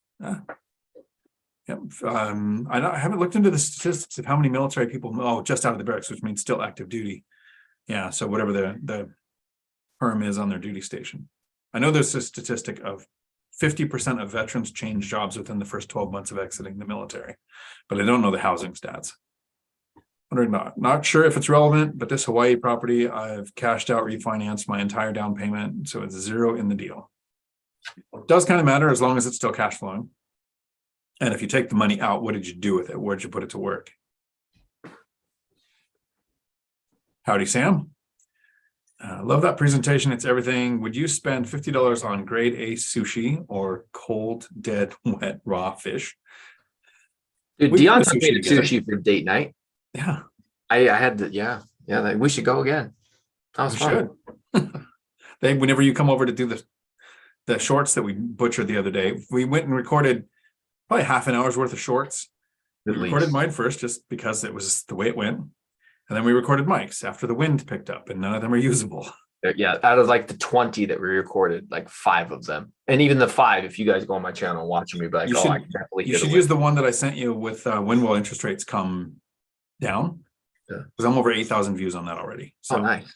yeah, Nice. put it on. Yeah, I put your jumping out of a porta potty with Dave Ramsey. Like, this is the only one you can afford. If you follow Dave Ramsey's advice, is you come out of a porta potty. That thing's got like 6,000. I recorded that again here in Ruston, and in Ruston, and I'm going to put it on my channel like later this week. So I just think that if you're going to save all cash, that is probably the only place you're going to be able to afford to buy. Certainly in this area. BF, just your guys' opinion, where do you see real estate prices in 1 year from today? Mike? In Northwest Indiana, within 3% of where they are right now. I don't project any major appreciation up or down, seasonal highs and lows at best. For the Seattle area, for outside of Seattle, which is still technically in the Seattle market because they count everything from Tacoma to Everett is Seattle. But for outside of the city of Seattle proper, I bet we're still going up slightly, but Seattle's probably holding constant. There's just a point where the mortgage is too expensive. When you have a $900,000 house, there's not a lot of room for prices to continue to move up until we have a couple more years of inflation, probably. But I don't project any downward momentum anywhere. And honestly, interest rates are sucky, and they just ticked over 7% is like the average. So your monthly payment's getting worse. It's an unfortunate situation to be in. Learn seller financing, learn creative financing. So here's the REI Avengers broken down. You just predicted what you see in a year. Zuber predicts flat. Lumberjack Landlord, because he's actually the smartest of the 4 of us, explains the median home price is going to go down. So I agree But with the them. price that we pay for properties that we invest in is going to go up because the biggest pain is going to happen in luxury, right? So luxury comes down significantly, which brings the median price down. So it's going to look like median home price is down. But if you invest in the $300,000 to $500,000 single family or the $400,000 to $700,000 duplex, we're going to be paying more. Then you go to me, I predict that home prices are going to be more because we printed more money. We created, not just printed, but we created more currency in the last 2.5 years than we did in the previous 200. That is yet to impact us. One of the things that's going to cause the property values to go up in places like Gary, Indiana, is that if you go to that website that we share often on where the fair housing prices are sent for HUD, for Section 8 and housing authorities in each county and the country, they base it on, out of the last 7 years, the first 5, not counting the last 2. So we're looking at those last 5, not counting the last 2. We had significant rent increases across the country in 2021. So as soon as that becomes a metric of those 5 that are going to be used to set Section 8, the rents for Section 8 are going to go up significantly, which will impact an investor's ability to get a yield with a higher price.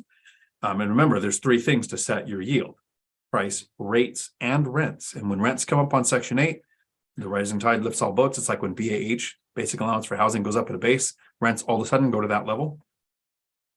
So I predict prices are going to be up in a year.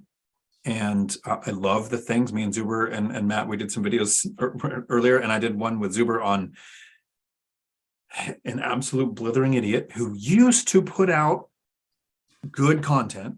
Like I went to his channel, he had good content. He would get like 300 views. He made Florida is crashing and he got 55,000 views, and he's not stupid. He was like, oh, if I want to grow my channel, I'm going to make more crash videos. So he's predicting an 80% crash in real estate. Not stupid, just to sell out. When the largest we've ever seen market-wide ever was 8.9% in a 12-month period. So if the biggest we've ever seen is 8.9% in a 12-month period, and we expect 80% in the next few months, why is anybody watching that channel? Yeah. Lumberjack Landlord, thank you for the super chat. My median minus perfectly explained. Thank you. Oh, I nailed it. Good. I'm surprised because you say it so much better than I do. Delbert, howdy. With building and all ADU makes money, my ADU construction starts next month, so there should be no way I lose money, correct? But it's never a guarantee to make money. This is from Jaspreet Singh from Minority Mindset. With all investing, there is risk. So there should be no way that you lose money with your ADU. What is your municipality to work with? What is the contractor that you pick to work with? What are the possible delays in construction that can happen, especially with supply chain issues? Like there's all these things that you want to mitigate by having reserves and planning for things to go worse than they probably are going to, and then being surprised if anything goes right. But let us know how that goes, because sometimes that is the right way to go. Sam, Section 8 submitted one application and didn't submit the other, then said he will not move with them to use one application. Then said plan changed and he will submit now. What do you think of this? Sounds like you're working with a counselor that might either be juggling too many plates or not know how to juggle. And does the rent work out with what you're doing? And is it something that the tenant did as an applicant, or is it a mistake that the housing authority did? Doesn't sound like I hear a deal breaker in there. It sounds like their procedures where the problem was. And it didn't submit the other. I'm not sure if I follow the question well enough to know how to give a good answer. Sorry. And then my chat moved. Sorry. So I'm going to go back to. Wandering Doc was the next person after Dividend Jave's super chat joke, which we already covered. He said, I bought 2 turnkey rentals out of state. One was a horror show that I finally sold, and the other one is doing really well, a new construction in Florida. And yeah, I think I've talked about this with Wandering Doc before in the comment section. You know, he's got negative opinions about cheap, low cash flowing rental properties, even if purchased turnkey. And hey, man, I'm not going to argue with you. If you had bad experience, I'm sorry that happened to you.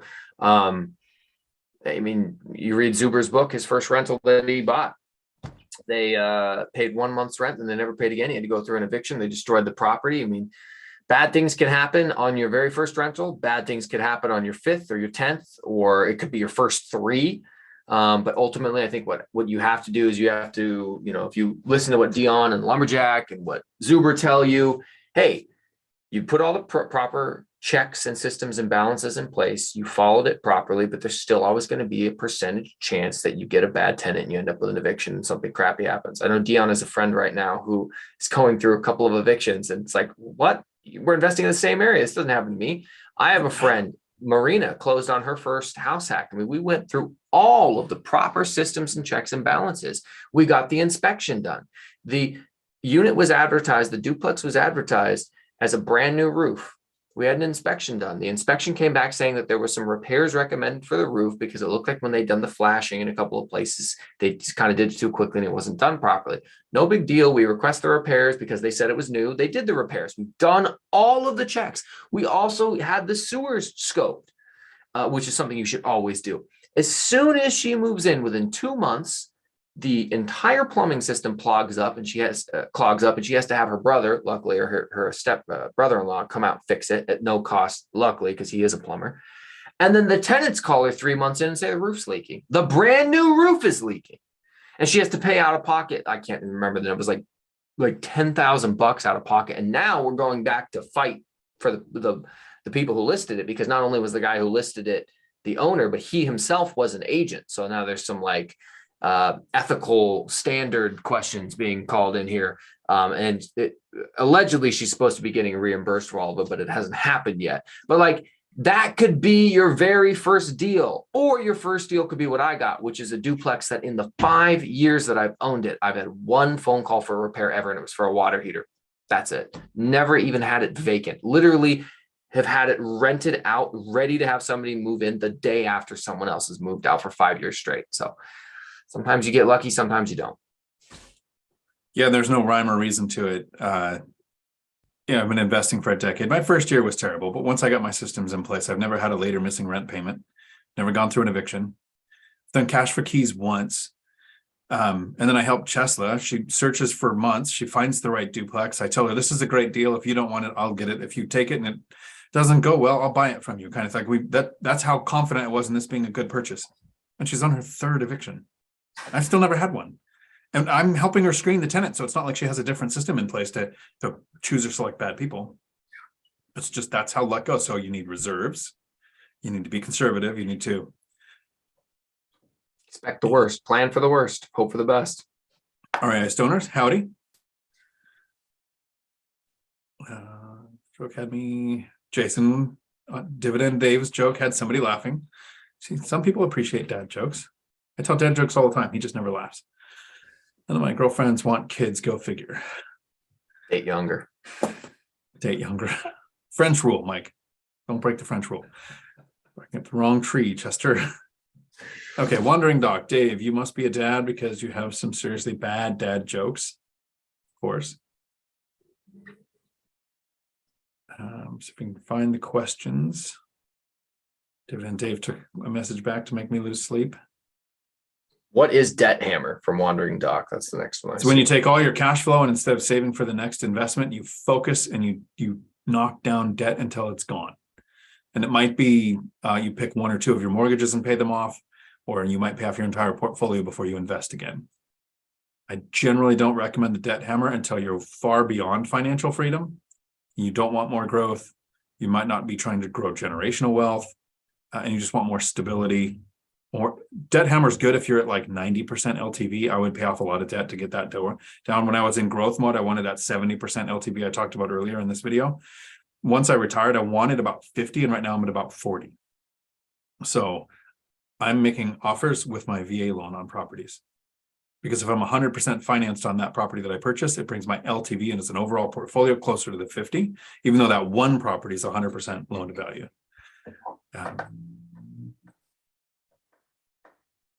Dividend Dave with more dad jokes. Whatever it is, we know he's going to nail it. Stephen, thanks, guys. Wandering Dog, no idea. I was hoping that somebody knew what the debt hammer is. Maybe somebody put it in here. DNL, do you track the KPIs in a spreadsheet when studying your market? Mike? Sort of. I mean, I'm a little old school. I don't have a fancy rental calculator. And honestly, I do a lot of stuff on just notebook papers like this. So when I'm looking at key performance indicators and I'm looking at my cash flow and I'm looking at my cash on cash return, when I see a property that I like, I'll bust out my pen and I'll bust out my phone. And now, honestly, because I've looked at thousands of deals, quite literally, I can almost just do the mental math in my head. I might pop up my mortgage calculator, plug in whatever the today's rate is, and figure out my monthly payment from there. But that is part of learning to track what average is in your market. You're going to need to actually manually write it down, track it in some sort of Excel spreadsheet, because you'll forget otherwise, until you have enough of a history built up where you just kind of know, oh, Gary and Deanna, the average deal is like $125 in cash flow, like a 10% cash on cash return. So double that and I'll do it. I have always confounded anybody who works for me or works around me or that I work for, because you can be as cerebral as you want when it comes to investing or running a business. I ran the truck driving school. I was a president of the Northwest Career Colleges Federation. So you're talking about 112 vocational schools that looked at me as the president of their association. And you can talk about KPIs and you can't improve anything unless it's tracked, and all of the ways of looking at data. And I would break it down to the basics. If you're a school, you focus on job placement. If you get people jobs, people will sign up.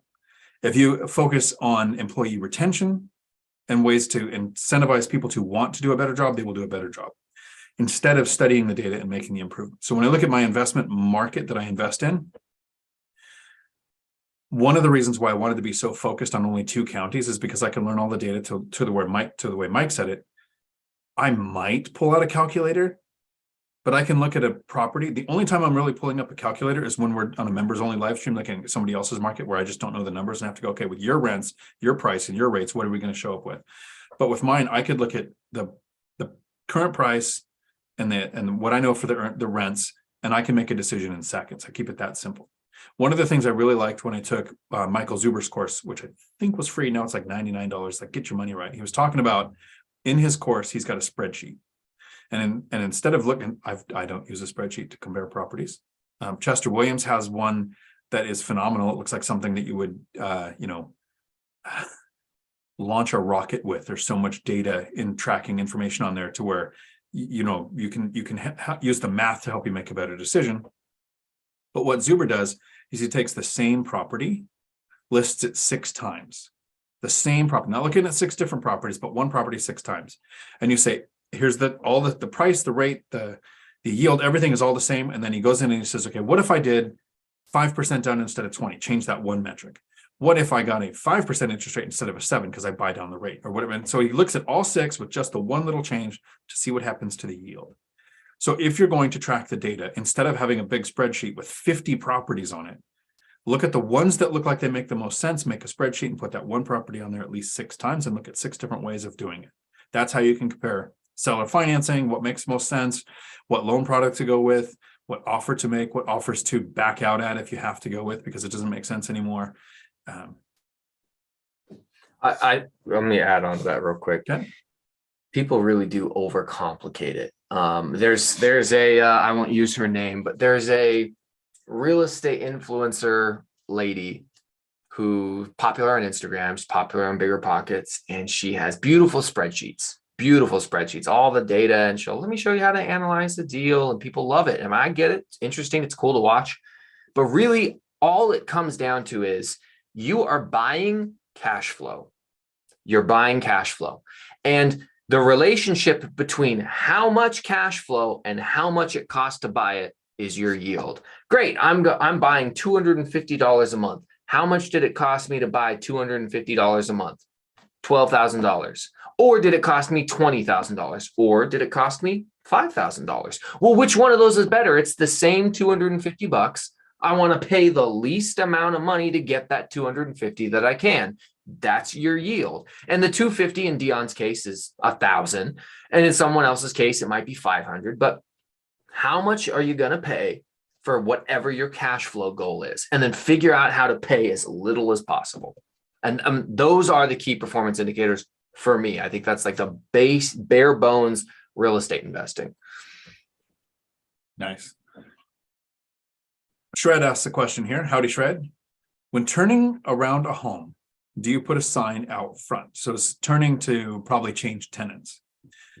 Zuber made a really good point during the, what does he called it? It was the REI Avengers event where we were all on Zoom. There's, about 80 people from his channel, from the One Rental at a Time community in there, and they were asking questions. He talked about when you're turning a unit, he does the biggest repairs and maintenance on the exterior first, because that is how he's rented a lot of his units before they were even ready to list. When people see the outside getting fixed, they might stop by, they might take note of it. I've never put a sign outside of a property. I list on apartments.com. I'm Cozy for a while, then went to apartments, and my last 2 were done on Hemlane, which puts it on 30 online platforms. So I guess I haven't really said this before, but when you look to market a rental, you need to find out what is the most predominantly used source of rentals in your area. In some areas, it's Craigslist, Facebook Marketplace, Apartments, or Zillow, or whatever. So I use Hemlane because it goes on everything but Craigslist. In your area, if the most predominantly used source of finding a rental is driving around and seeing a sign, then you would put a sign out. That's not the case in my area. The only thing I've ever done when I see a sign out in my area, it means there's a very old landlord who's very tired, doesn't know what they're doing. So I would reach out and say, hey, do you want to sell your place? That's what I would use that sign for, more so than finding a rental. How does your property management handle that, Mike? They put out a sign when you're turning a unit? I'm not actually sure if they do or they don't. I've never asked. I know that especially because right now I'm trying to prioritize Section 8. And Section 8 is so highly sought after in markets like Gary, Indiana, Hammond, East Chicago, all of these Northwest Indiana cities. It's so highly sought after in the city of Gary that the wait lists have been closed. You can't even get on the wait list to get a voucher to hopefully get a unit. It's quite literally like winning the lottery if you get placed in a house out there, which is one of the reasons why I love when these landlords or parasite people come on. It's like, look, man, these people can't buy a house. They have nowhere to go. They're living in slumlord properties. I'm buying an abandoned house. In some cases, it's been abandoned longer than I've been alive. I'm taking no one's opportunity. It's been there for 3 decades. Nobody else took it. I'm taking it. I fix it up. And now I put a family in this thing. And the family quite literally won the lottery. And they're very grateful for that opportunity. I don't feel bad if your college taught you to hate capitalism and hate America. You go enjoy being angry and poor. I'm going to actually help people make some money doing it. I have no idea if we advertise. I would imagine that we do not put signs in the yard because there is no shortage of people who need rental units. It really just comes down to filtering through the countless number of applications that we get to find the right person. And then here, my duplex that I have here in Washington, I don't put a sign out here. You know where I live. I kind of live in down a private road. Nobody would ever drive by this thing anyways. But yes, absolutely. I make sure the outside looks well, because once you put the listing up, people will now see it online and drive to it and look at the exterior of the building. So that is important. Yeah. So kind of associated with that, here's a comment. And I'll actually read my response, but I want to hear what your response would be first. This was a comment on a short on me buying rental properties every 1 or 2 years, right? Mm-hmm. XX Bruce 5002. Creative name. Have you considered your practice harms the economy and struggling people? I know that's where your sentiment came from of I hate all landlords. How would you respond to that? Yeah. So, okay. Two things can be true at once, man. Two things can be true at once. All right. I will 100% stand side by side with you and link arms and suggest that slumlords should be held accountable and go to prison. When you don't repair houses, when you don't take care of people, when you play games with them and make these people live in squalor, you should be held accountable for that. It's unacceptable. Absolutely unacceptable. Of course, throughout the history of our country, there have been predatory landlords, just like there's bad cops. There's every other week you read some teacher about some article about some teacher who's doing something with an 8th grader they're not supposed to, or a priest in the Catholic Church. I mean, on and on and on. Newsflash, people suck, man. There's people that are bad in every single facet or aspect of our lives, including real estate investors and landlords.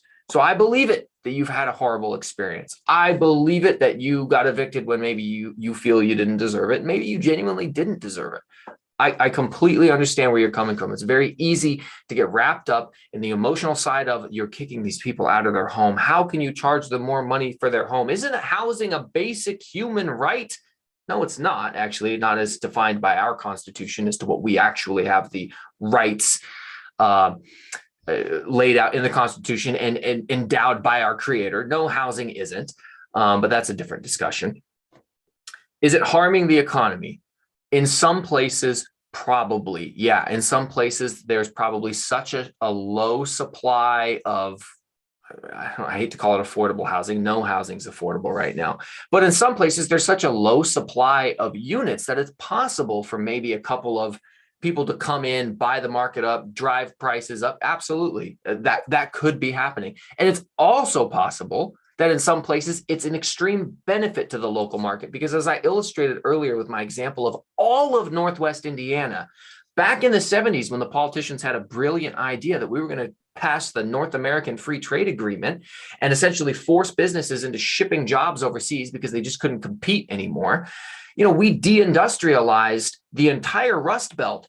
Pennsylvania, Michigan, Wisconsin, Indiana, all of these once formerly powerhouse industrial cities that had the Ford Motor Company and U.S. Steel gone, jobs gone. Nobody who lives in these areas has the money to buy these houses and fix them up. And what's the evidence? The fact that you can go into the city of Gary and find 13,000 abandoned buildings, and some of them are as cheap as $5,000 or less. Or the city did a buy one, get one special for contractors. Buy one abandoned house from the city, get a second one free. It's like a Costco special for houses. Where have you heard of that before? This area is so depressed that you're not taking away opportunity from people. When I buy a house that's been vacant for this long and I fix it up and I bring a new rental unit to a market that has so much demand for Section 8 housing, or even just regular tenants, or people trying to escape Chicago because they're tired of how pricey it is there, they want to move further away and live where it's more affordable. I am not abusing the economy. Anybody can do this, but so many people haven't, and haven't done it for decades. So is it possible you could damage one economy? Sure. Is it possible that you can be a benefit to another economy? Yes. So friggin' pick your poison, man. Be helpful and impactful and house people and treat them well and be a good landlord, or be a dirtbag. So here was my response. The statement was, again, have you considered your practice harms the economy and struggling people? My answer, because I am just petty, right, is I did consider this. Right. So that's where it goes. And then I have an answer there that goes further. And I want to get to Matt's super chat here in a second. But you own a Corvette. I had a 2018 Corvette. And there was a meme that went through Facebook every now and then of the money you spent on that nice sports car. Don't you think you could have spent that money helping families in need? And the meme is, of course, we could take the money and help families in need, like the families in Kentucky that made the frame and the windows and the door and the rails and the engine and all the stuff that was put together, made in the USA. So my response was, of course, I did consider this. First, I own single family houses. I own one single family house. The rest are duplex, triplex, or fourplex. So how many homes did I take off the market? Second, I have units rented to Section 8, to your point, a program that is very under the number of units needed. Third, I rent to some military who are only in the area for a year or two. Fourth, my rents are below area average, meaning I provide housing for people who will never want to own a house, since many can't save the money to replace a water heater or replace a roof or pay for fixing a foundation issue. I'm sure you just wanted to insult another landlord. I'm sorry I had an actual answer. Hopefully you can find somebody else to hate. And then to your point, when you actually said housing isn't affordable right now, I disagree, because I put housing is very affordable, just not where you want to live. You can buy houses for 20 to 40,000 in places like Gary, Indiana, but you want what? The government to give you a mansion in Santa Monica? Housing is affordable. It's just not where people want to live. Yeah, usually. And you know what? People love to hate on the boomers, and God bless them. They can't even defend themselves. They can barely work technology. They're not online here to defend themselves. But hey, my boomer grandfather was able to buy this house for $40,000. Like, yeah, but back when he bought it, nobody even wanted to live there. It was some random expansion into some neighborhood nobody lived. Now, 50, 60 years later, everything's been built up around it. Now it's a highly desirable area. But sure, did some get to buy nice, cheap houses in a beautiful area of California? Sure. But the majority of that generation, the freaking 35 million people, I think, that were in that generation, most of them just bought houses in expanding neighborhoods that were in the middle of nowhere. And eventually 50 years later, stuff's built up around it. Now they're in the desirable location. Guess what? It's your turn. You don't get to live in the premium spot at 22 years old. That's not how life works. The average age of buying a house has been relatively stable for the last several decades. It's around 30. Around 30, you get to buy a starter house. Now, I agree, and I guess that you and I disagree here, Dion, but I will agree with the people out there who say housing is unaffordable.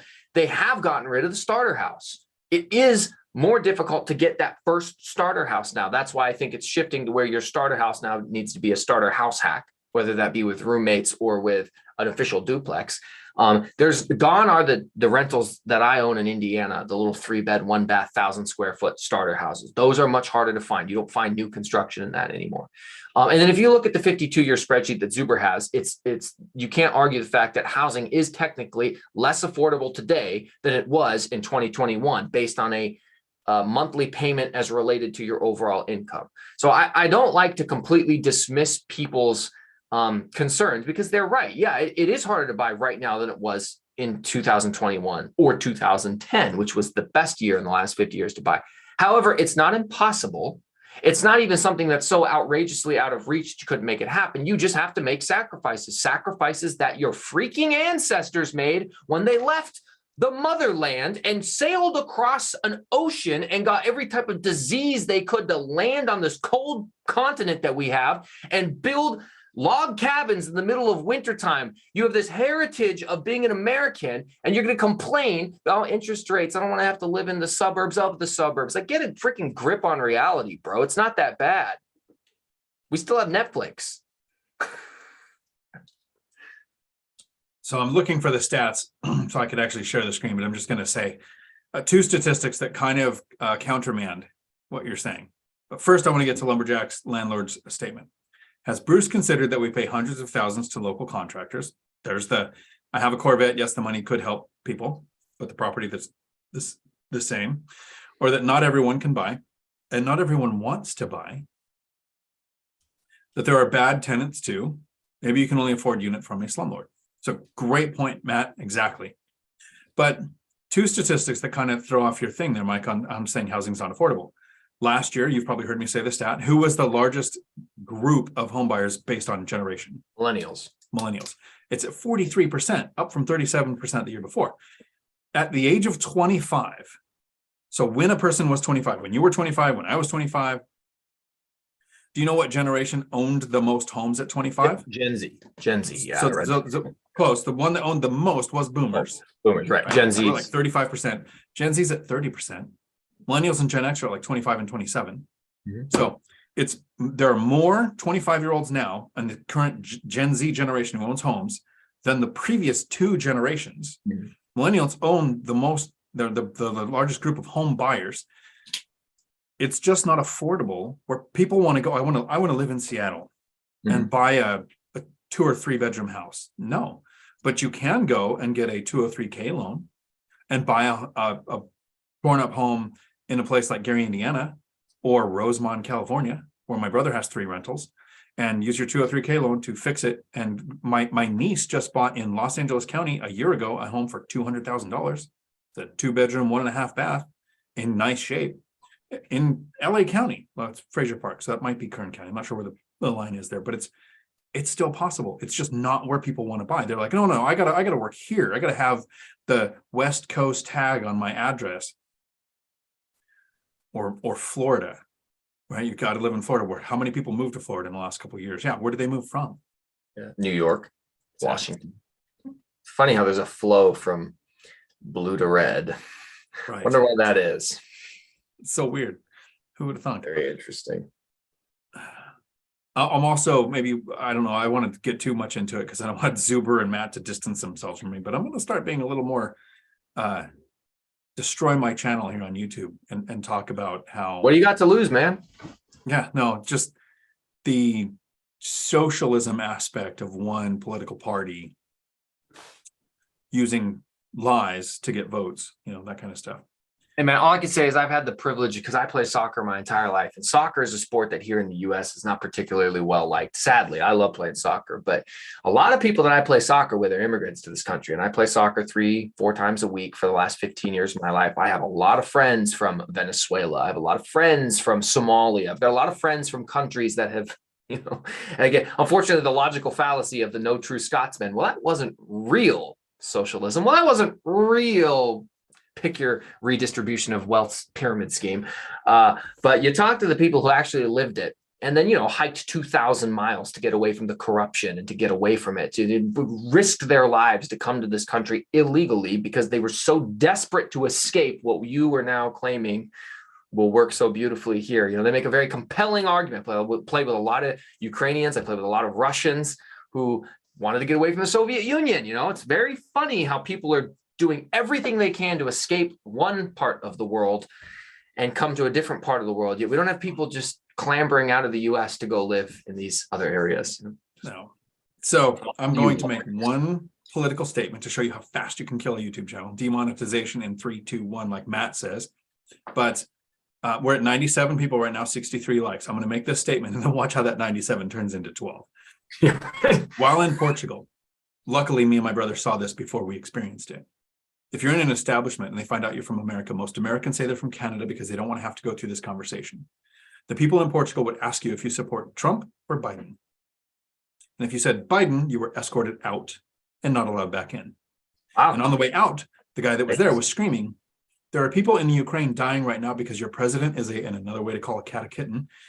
And that's why there's a war going on there, because when you had Trump, the other countries were afraid to invade. But now that you don't, so we learned that if you were ever asked that, first, you could say you're from Canada.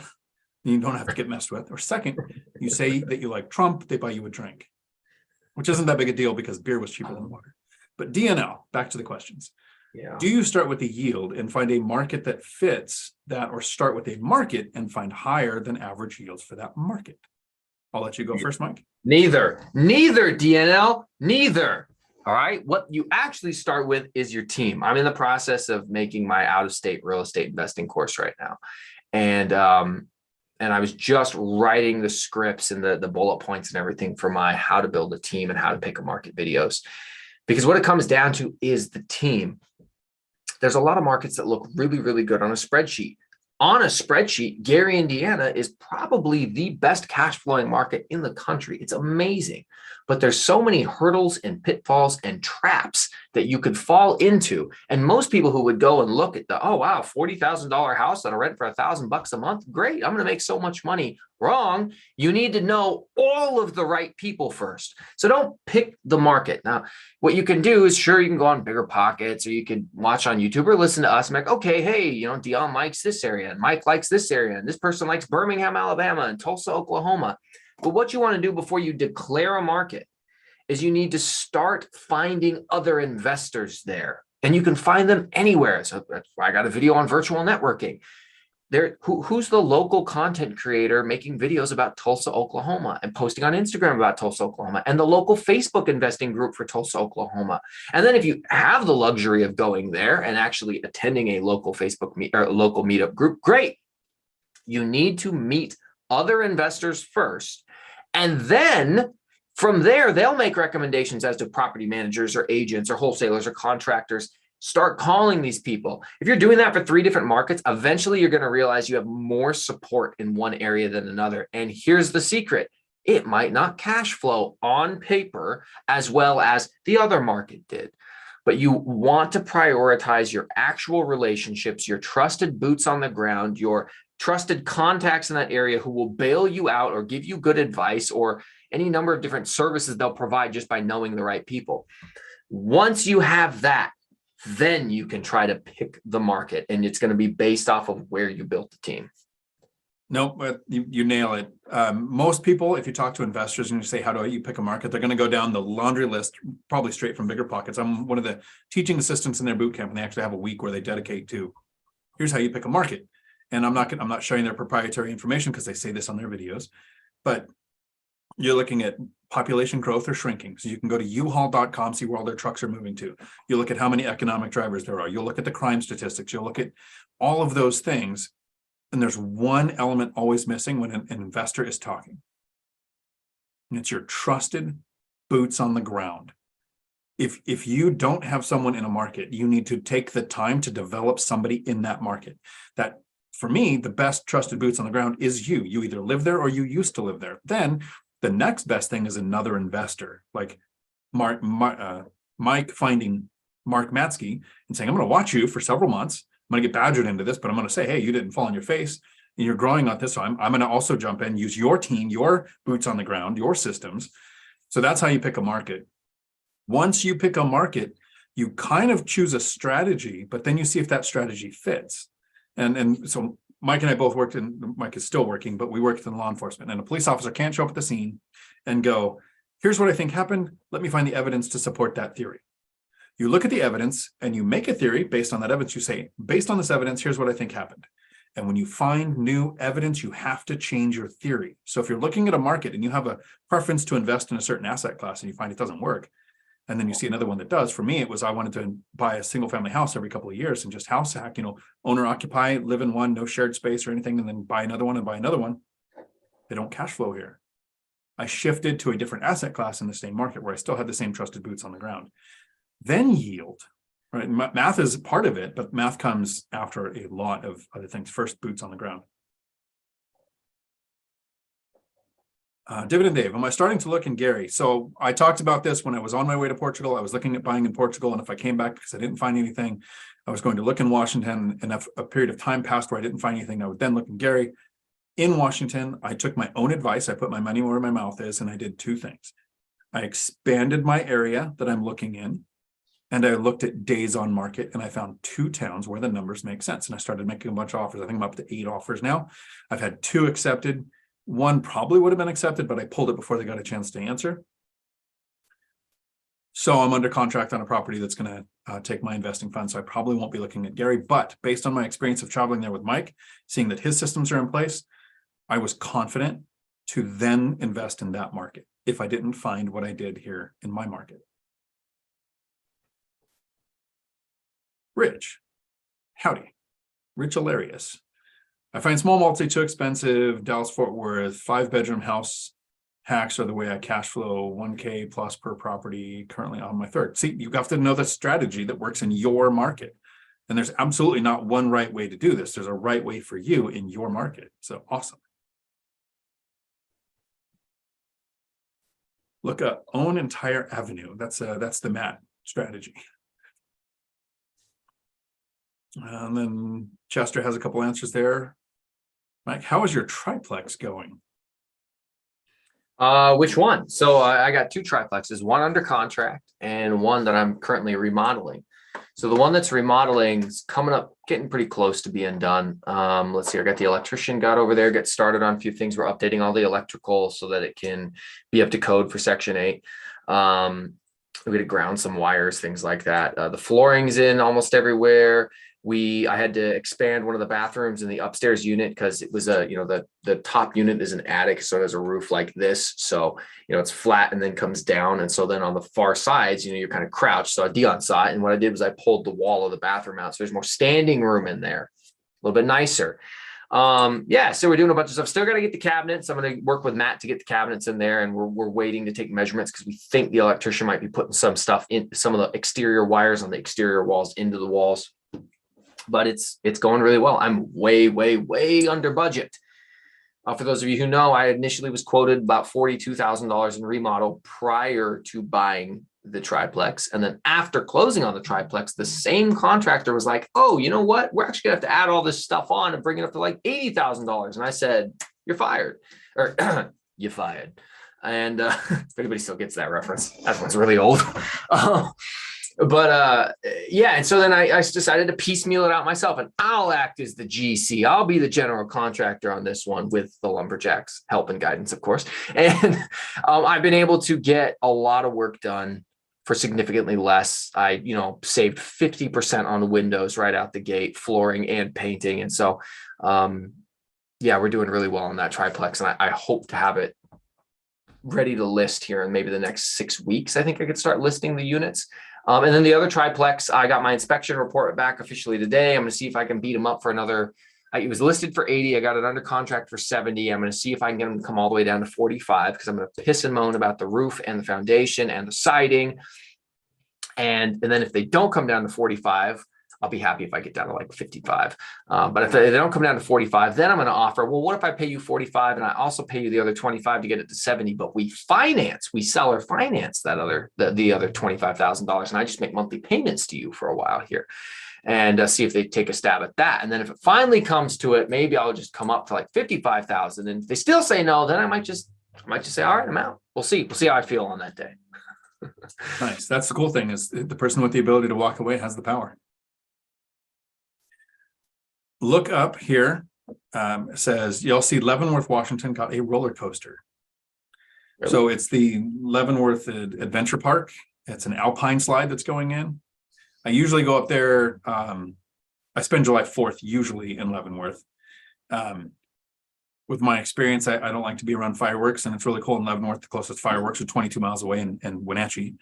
So it's not done being constructed by July 4th this year.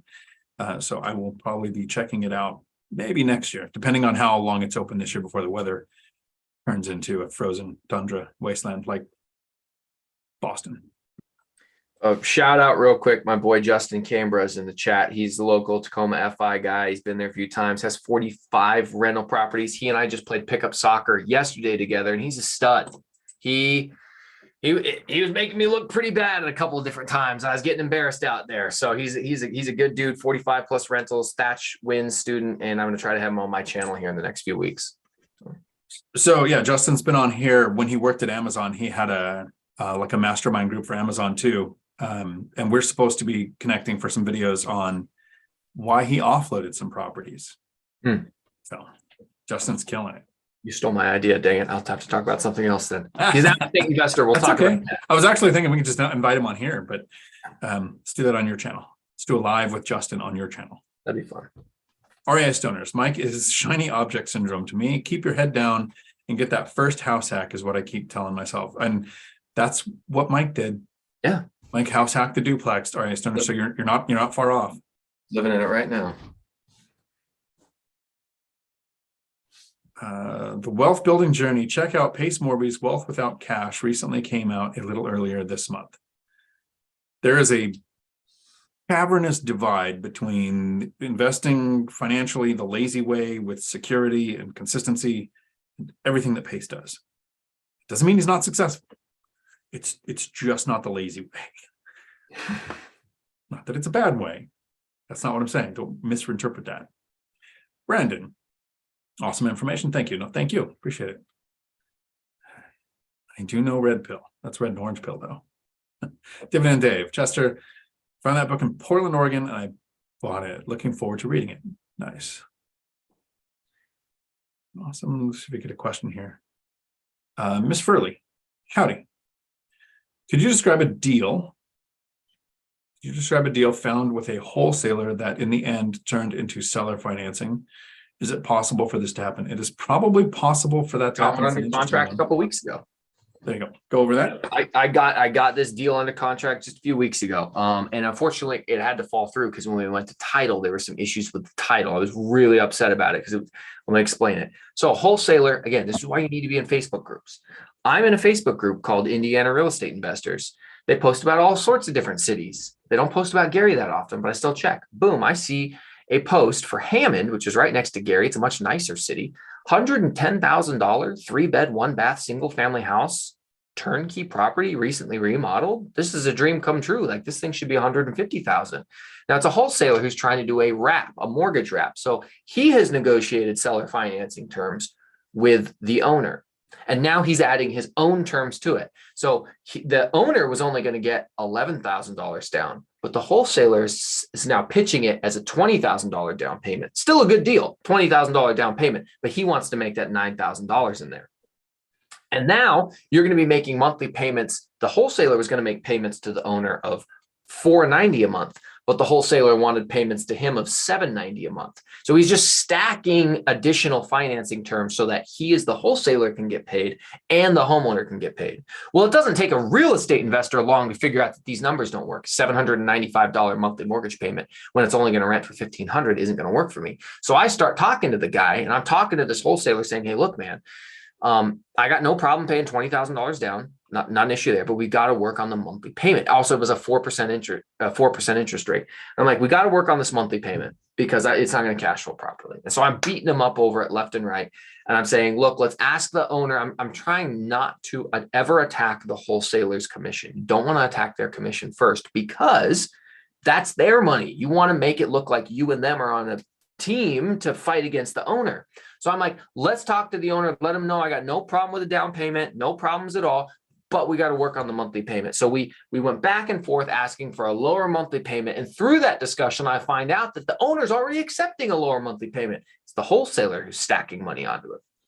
So then I'm like, look, dude, just let me pay you for the deal. Like, give me your terms. Your terms are better than the terms you're giving. I'll just pay you for this deal. And I know that given the way that this guy's messaged me back and forth and how quickly he's messaging me back and forth, I must be his only freaking bite on this line right now. Otherwise, he wouldn't be quick to respond to me. So I'm like, okay, sweet. And if you know anything about the way wholesalers work, is they usually tie a property up for like 15 to 30 days. I don't know where he is in that process, but we've already been talking for 10 of them. He's probably getting near the end of his rope or at the midway point. He's going to start making concessions. So eventually, after the owner won't budge back and forth, won't budge on the price, I got those better terms, but I still needed it even better than that. And I showed the wholesaler how I was running my numbers. And I'm just asking to ask because you should always negotiate for yourself. So after I've tried to attack the monthly payment, done everything I can to avoid attacking the wholesaler's commission. I say, finally, I'm like, okay, look, man, I can do this deal, but I can't come out of pocket a penny more than $17,000 instead of $20,000. And he agrees to it, cuts his commission by $3,000. I save another $3,000 out of pocket. Beautiful. So the final seller financing terms that I had was 10% down, $490 monthly mortgage payment, 4% interest rate. Like, this is like better terms than I could have gotten with any type of conventional traditional lending. It was 30-year amortization. It was a great deal. My property manager loved the property. Everything about it was great. And then this is why I always pay for title search and history. It goes to title. Oh, there's a lien on the property that didn't get disclosed. Are you going to handle it? No, you're not. This might be why you're selling it. See you later. So it sucked that we didn't close on that one. But yes, you can convert a deal from a wholesaler to a seller financing deal, but it's probably not going to come from the wholesaler. It's probably going to have to be negotiated with the owner, because the wholesaler is just trying to make his money. He just wants to get his payment. Maybe he'll accept ongoing payments stacked on top of something in the form of a mortgage wrap. Those get talked about, but unless the wholesaler has already closed on the deal, cashed themselves, and own it, they're probably not going to want to seller finance it out. So there's a follow-up from Ms. Furley on wholesalers just seem like an unnecessary middleman, maybe probably not understanding what they do. It's a source of deals. If the deal makes sense to you, who cares what the wholesaler makes, right? The issue that I run into is all of the wholesalers that I've currently interacted with are insane. And they have properties that are so overpriced, they're just too embarrassed to list them on the MLS. And they think they found someone that's stupid, because I mean, I don't come off as the smartest guy, right? I haven't dealt with anything through a wholesaler, but that doesn't mean that you can't. There are people like Mike that have done deals through wholesalers. There are people that if somebody brings you the right deal, that's what they're doing. They're doing the work to find the deal that might not even be on the MLS. They have search systems, and to just name a few, they can send out mailers to find people who are willing to sell, find a price, then market it to you at a price that is a deal to you, but they get to keep the difference. They can look at tax records. This is not what I recommend, but you can go and sit in I go in and I file marriage certificates for the people that I marry as the pirate minister, and it's the same room where you file for divorce. So you can go in there and sit and look at the divorce records, figure out who wants to sell their house. A lot of ways to find the deals that we might not have the time or energy to do, because not all deals are from the MLS. Mine are, but there are ways of getting them from other sources. So that's what they are. It's not an unnecessary middleman if they found you the right deal. They are absolutely unnecessary on bad deals. There's no reason to use them. So first I want to cover Justin, and then I want to answer a question from Delbert. So Justin Camera, who is going to be on all three of our channels. We're going to get him on Matt's and yours and mine. When you do the binder strategy, how soon after acquiring the property do you give the binder? Also, do you do it in person only or virtually? So a couple of questions there, a couple of answers. First, Justin, I put together a course on the binder, which is free. So I'm going to put a link in the chat. You can go there and take this for free. I cover when to use it, how to do it virtually, like with Section 8, with property management or at a distance. So Matt, the lumberjack landlord, actually does almost all of his virtually because he has so many units. Who's going to go meet with that many people? But through emails, it works just fine. So I have a video on exactly how to do that. The course is in the comments, and you can go to that for free and take the course. But when you acquire a property, I don't do it right away, because you haven't vetted the tenants that are there. You didn't run credit. You don't know work history. You don't know if they're going to pay their rent or anything. You have no knowledge of that person or people. I wait 2 months. That gives me 2 months to do a couple of things. First, I get to see if they pay their rent on time, if they call me for super trivial things, or if I get noise complaints from the other neighbors. So do I want to keep them? Second, it gives me a chance to do things like put in the coded locks, put in motion sensor LED exterior lights, and ask the tenant if there's anything that they would like repaired or changed. And so far, it's always been really small things like a ceiling fan or a screen door, right? But that shows the tenant I'm going to take care of the place. I'm going to repair things. I actually cared about what they wanted. And then the binder conversation at that 2 month, maybe a little more than 2 month point goes better. Also, if there's an existing lease in place, I won't do it until I'm about 3 months before the end, because here in Washington, I know you invested a distance. So if you were going to do it here in Washington, you have to give 60 days notice outside of Seattle. Inside of Seattle, you have to give 6 months notice, but 60 days notice. So I always do it 3 months before I'm going to make the change.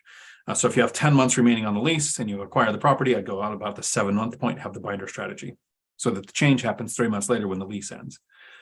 You can do it virtually. I do it with the Section 8 program. I'm not going to go meet with the counselor. I literally go on, find the comps that I'm going to use, put it in the order, find the map, show the pins, take screenshots, put it on an email, send it off to the agent, because you're really doing the work for them. So they can go to their boss and say, here's what the person could get if they're not using the Section 8 program. Here's what we pay. Here's where we're trying to meet. I had Section 8 send me email written thing saying the highest we are allowed to do is 1,800 in my area for my rental. I showed them comps at 23 and 2,400, and we settled on 22. Tenant's been in there. I want to say it's almost time for a rent increase there. Again, it's been about 2 years. So this will probably be just the standard 5% rent increase with no arguments from Section 8, but I might binder strategy them again. The second thing was I was going to go down to Delbert, who asked for more ADU talk, and how can an ADU fail? An ADU can fail in any way that a rental property can fail. If you ran your numbers wrong, if there's not enough demand in the area. One of the biggest mistakes a lot of people make with ADUs is the mistake that a friend of mine made. When you go to purchase a property, your appraiser is going to use current comps, because you are a human who made an offer, and there is a seller who accepted an offer, and there is a price that the lender wants to make sure it's worth. So most times your appraisal will be at that amount or fairly close. When you do something like my friend spent $700,000 to build an ADU, a casita in Scottsdale, right? A very expensive ADU, put out a secondary house, basically mother-in-law suite. For the appraisal, they wanted to, add some equity, take some money out, put it to work. It added $150,000 to the value of the property, even though they spent $700,000 on this ADU, because there's nobody buying the property, right? So they take 6-month-old comps to see, and it appraises much lower. Now, fast forward a year later, they sold the property, and it added way more value than the ADU, because it wasn't a cash out refinance. It was a purchase where somebody made an offer and somebody accepted an offer. So the ADU can fail if you're expecting it to create, if you're going to add it and expect it to create value that you can cash out refinance. That's not going to work. It could add value when you sell, but it's no different than a duplex. The benefits to the ADU is that it's true single family lending. If you want to buy a house that has an ADU in place already, it doesn't step you up to a duplex level. You don't get that stepped up basis on interest rate. It doesn't change the down payment. It works for FHA and conventional at single family lending. So Lumberjack had a super chat. He said, you GC'd the hell out of it in reference to my triplex I was talking about earlier. He says, so excited for you. And that's why the oh crap, I'm a landlord course works. Absolutely. I know it's a shameless plug on behalf of one of my friends, but it's true. As the official editor of Matt's course, I saw all of the content firsthand, the entire thing. And there's so many tips that will pay for the course 100 times over. And I've seen a lot of people talk specifically, which I told him was going to be what people liked. And he was like, oh, it'll be nice to see what people like. I told him everybody was going to key on the how to write a better listing. And I know Chesla's used that. Dion's used that. Marina's used that. I've seen other people comment on it. Dude, just in his strategies to write your listing to get more money and get more qualified applicants. I mean, the course would be worth that for that one video and like example sheet right there. But yeah, check his course out. Dion, I got to take off. I got to spend time with my child. I'm a father still. Okay. Thanks for hanging out with us, Mike. Bye, guys. Let me tear through these questions here really quick and see where we're at. Hopefully there's none that were specifically targeted at Mike.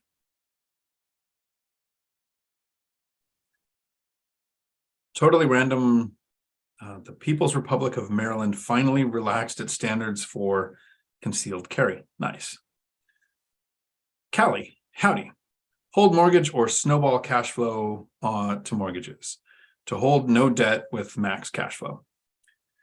I paid off a mortgage one time and I feel like it was a mistake, but the interest rate on that mortgage was above 6%. And at that point in time, we were only allowed to have 4 mortgages in our name. And I didn't really educated on seller financing, asset-based lending, DSCR, all the different versions of getting more loans in your name, or the fact that even now with a 10 loan limit, you can also house hack, do an owner occupied purchase to acquire more than 10 loans in your name.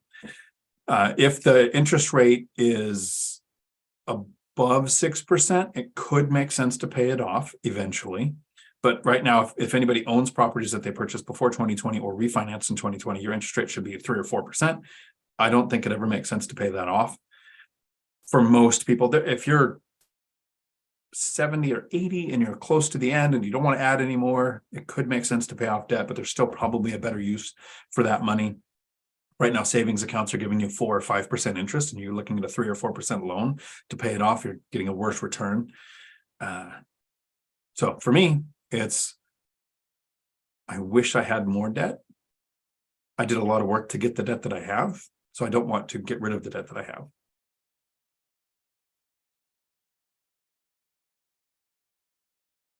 Kelly, I invest in Northwest Indiana, not a lot of cash flowing deals currently. Mike is finding a lot in Gary and around there consistently. It's a hard market to find him in, I'm sure. I think it's a hard market to find him anywhere. If there was a market where it was easy to find him, people would be finding them. I expanded my search and watched days on market. There was a period of time, Kelly, where we wanted to be fast. We wanted to make an offer as quick as we could so we can get an offer in before the seller realized they were going to get a bunch of offers. Now what I'm doing is watching days on market. When something sat for a long time, I'm offering 80, maybe 85% of their asking price, pretty much almost ignoring it, and looking at a number that makes sense to me, going through until I find the motivated seller that's willing to adjust their price.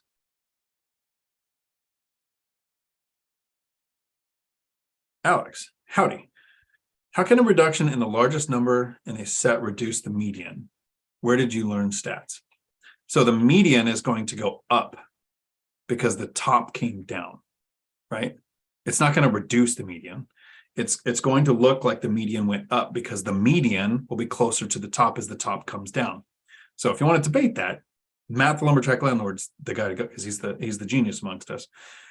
But our prices aren't going to go down on the Class C, the rentals that we're looking for.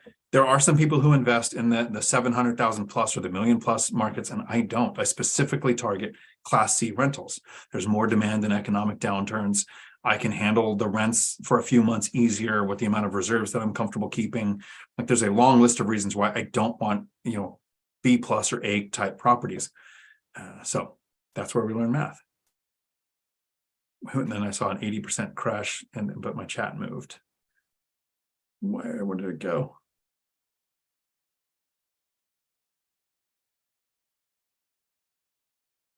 I hate it when my chat moves and I lose it. Here we go.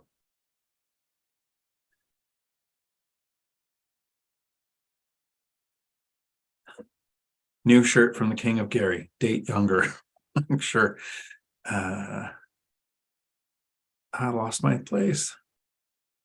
Why? And I want to find back. I want to make sure I'm back to that. There we go. Okay.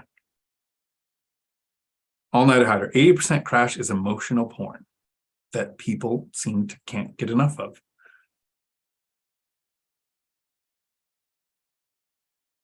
Median is middle, right? Howdy, all-nighter. Alex, Matt, the median is based on the middle number in a total set of numbers, not the average. Justin. Lumberjack, you tempted to sell some if you're below the median to take some cash off the table or let it ride? Nice. That'll be a good question to come up on Sunday, unless he answers it here.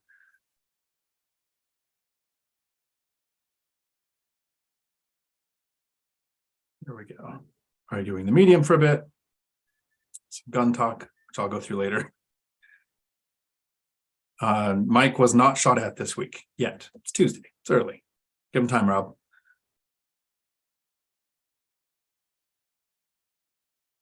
The wealth building journey. Everyone, friendly PSA. Make sure you get Dion's, Matt's, and Zuber's courses. Lumberjack, thanks.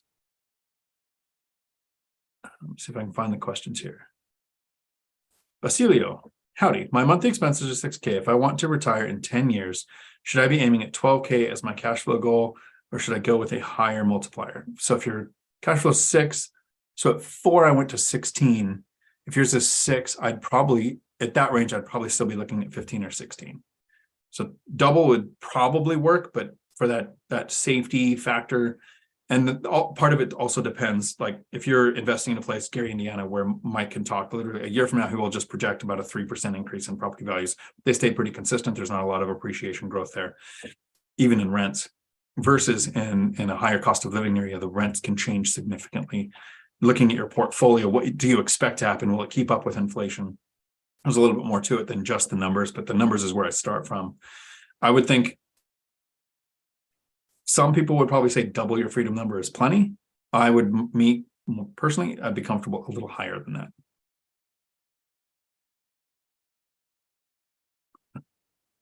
A good pirate joke there.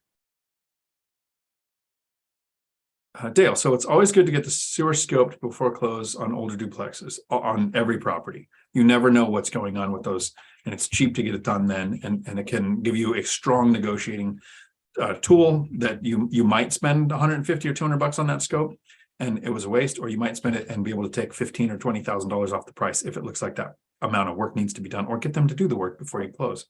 So for me, it's an always on the scope. See, on my two highest expenses are my mortgage and my kid's school. He will be going to private school starting this year. Well, how many years of schooling is there versus how many years of retirement you're going to have too? That's another kind of consideration for me. Dividend Dave also has my kind of jokes, but doesn't want to get my channel banned. Good job. Even when I'm around a group of people not on YouTube, I have to think about my jokes and think, would a normal person find this funny? Dividend Dave, a couple of family members have said they are too old to invest in real estate. How old would you say is too old? My family members who said that are in their mid-60s. What are their life goals? What are their living expenses? Are they retired? Are they still working? There's a whole bunch of things there. As far as what is too old, I think the ABCs of selling, always be closing, becomes the always be buying of real estate. You reset depreciation standards. As long as you're buying for cash flow, it doesn't, yeah, I don't know that there's a too old for me. So tell them, you can't make the decision for them. I have family members who think I'm stupid. I have my brother who thinks I'm a moron because I have mortgages on my properties.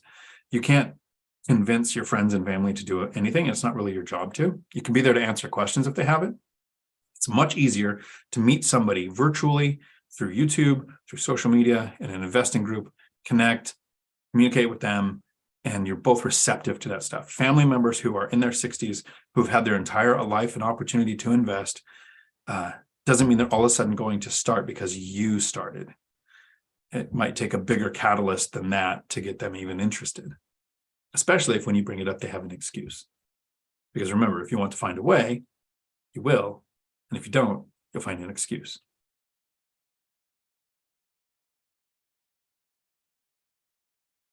I'm trying to figure out how to do the multi-factor what if changes to the spreadsheet. Separate spreadsheet for each property that you get close to buying, right? Don't do it for all of those ones that you had there, but you take each one that you've got the rents listed out, the prices, you got the yield you're looking for, you're thinking about making an offer. Now you put that on a separate spreadsheet and look through what impact does a down payment change have on this?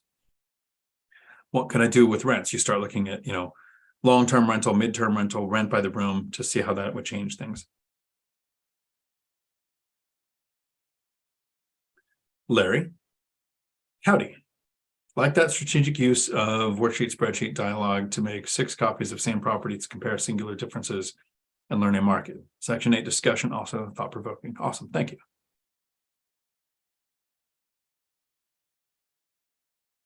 Okay, I'm gonna skip through these and see if there's any here.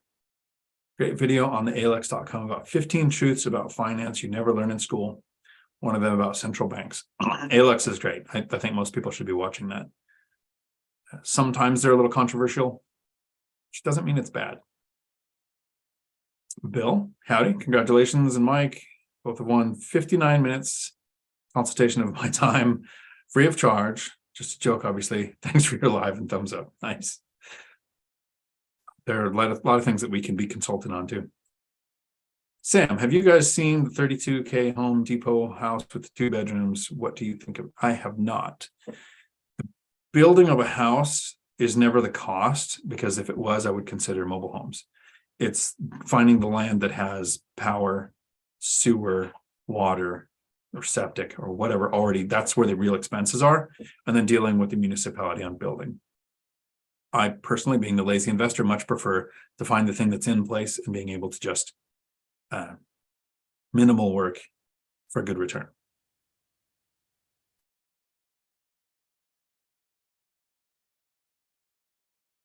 Rob, if you want to see hate, just list An expensive midterm rental on a travel nurse Facebook page, like fishing for trolls from a bridge. The real Jesse Lee has some really good Facebook posts on responses to his rentals and then his response to the haters. Michelle, I bought my house in 1999 at 180,000 FHA. It had a good roof and foundation, hadn't been updated since 1975. No one I know wants to buy something like that and share it with 5 roommates. No one you know. Do you only sell houses to people you know? Right? No one that you know. That's why we have the agent, we have the MLS, we have a listing. There is a buyer. What other aspects are there? Have you listed it? Have you listed at a price? How long was it listed? What kind of offers did you get? Michelle, I think a lot of us will make an assumption and say nobody would pay this or nobody would rent it for that amount. And until you list it and have had that experience of it being listed a while and not getting the answer that you need, it's kind of like, this is the statement that frustrates me often.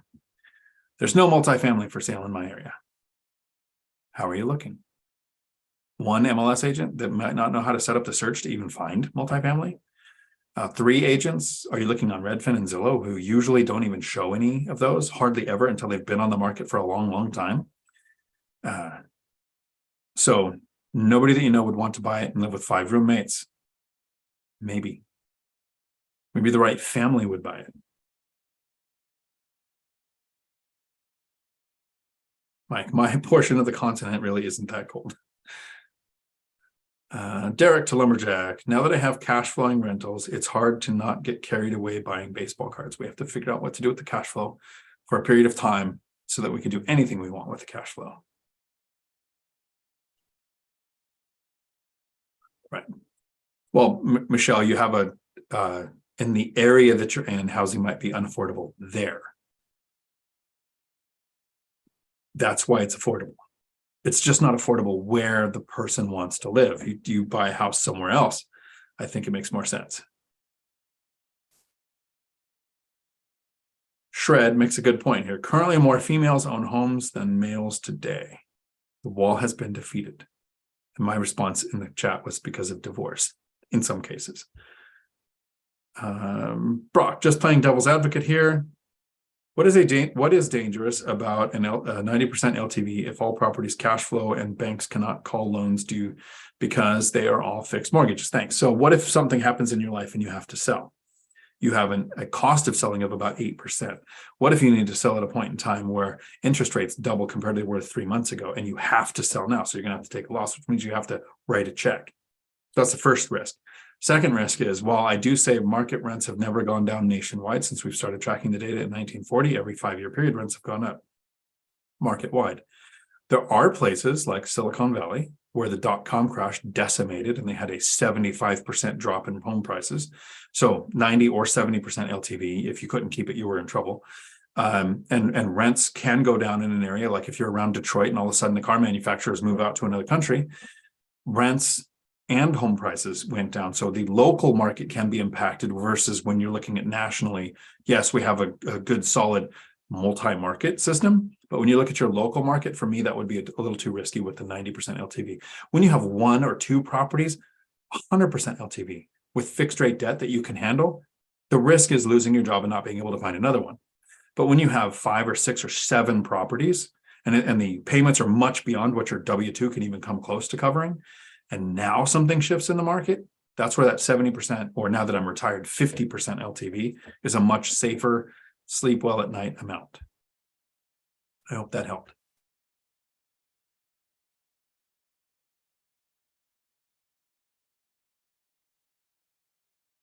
I missed him. Julie Anderson, that contractor is a fool. Times are likely to get tight real soon. Can't wait for Leavenworth to get that roller coaster going. Yep. And do you understand now why I said, God bless you? I couldn't do it. You're selling 6 properties right now. Yep, Justin, that's why we want you on the channel to go over. Sometimes it makes sense. Rob, we need a package deal for Avengers courses. That is a good idea. I think, unless I find another question here, DNL. Dion, would you recommend saving and building a complete reserve fund before buying a property? Once that reserve fund is full, do you still set aside 15% for max cap? Okay, so DNL, I have a video on my channel on how much for in reserves, and I kind of broke it down. This was before I retired, so it has increased a little bit. I talk about what I would do if I retired. So yes, you should have a reserve fund before you invest, but I've invested when I used a retirement account. 50% of what was in that retirement account will count as a reserve. So I wouldn't want to tap it, but it was there if I could, if I had to. I wouldn't use credit cards or a HELOC as any kind of reserve because those, could be canceled at any time by the lender. The economic event that could cause you to need to tap those funds could be the event that makes the lender close those funds. So I save a reserve account when I had 7 units or less, I would save about $10,000. So not per unit or anything, just total $10,000. With a few properties, I could handle a roof or a tenant or not paying for a month or two. But when I got over 7, I got up to 16. I increased that to 30,000. And when I retired and no longer had the W-2 income coming in, I've raised it to 50. So $50,000 is sitting in a reserve account that doesn't get touched unless I need to, like it's an emergency fund. Everything above that, so it's 15% of my gross rents being set aside for repairs, maintenance, and vacancy. If I was in Gary, Indiana, and my rents were lower, I would probably do 25 or 30%, right? So the smaller the rent amount, the larger the percentage for repairs. Because a roof on a $30,000 house and a roof on a $400,000 house, the roof costs about the same, right? So the amount of rent coming in would scale to a larger percentage with the lower amount of rent. Once that account is full at 50,000, the excess 15% doesn't come to me for living expenses, right? It doesn't increase my lifestyle. It goes to the investing fund. So the next investment might be acquired quicker, but I wouldn't want any part of my life, buying an RV or a boat or traveling or anything to be dependent on that money coming in, because as soon as the reserve account did go below the 50 or 30 or 10 or whatever you had it set at the time, then you'd have to divert that 15% to that. So if it doesn't come from my life and it's just the investing fund is growing faster when it's full, and then if it ever does dip down, then it refills that account, then I'm comfortable with that. So I always run a property like I had to set the money aside so that I know that each asset can support itself. But I only set the money aside into that account when it's below my limit. And when it's above it, that money goes to the investing fund. I think we'll probably be wrapping it up there. So this week, there'll probably be a live stream Friday morning. There will be a live stream. There will be a members only live stream at 10 a.m. There'll probably be a live stream at 11 a.m. And then the course live stream goes on at noon. And remember, there is a special going on this week with a timer on how many days that are left, where you can get $100 off the course on financial freedom for the lazy person. And at the end of this week, when that special ends, I'll be doing a draw for all existing tenant students to win a 1-hour consultation call with Matt the Lumberjack Landlord, Millennial Mike, and myself. So I hope this has been helpful. If you ever get time and you don't get a question answered here, you can always email me. Putting my email in the chat. And sometimes you want to ask a question, but you don't want to ask here publicly. I will answer questions there. Until my next video, thanks for coming to my Dion Talk.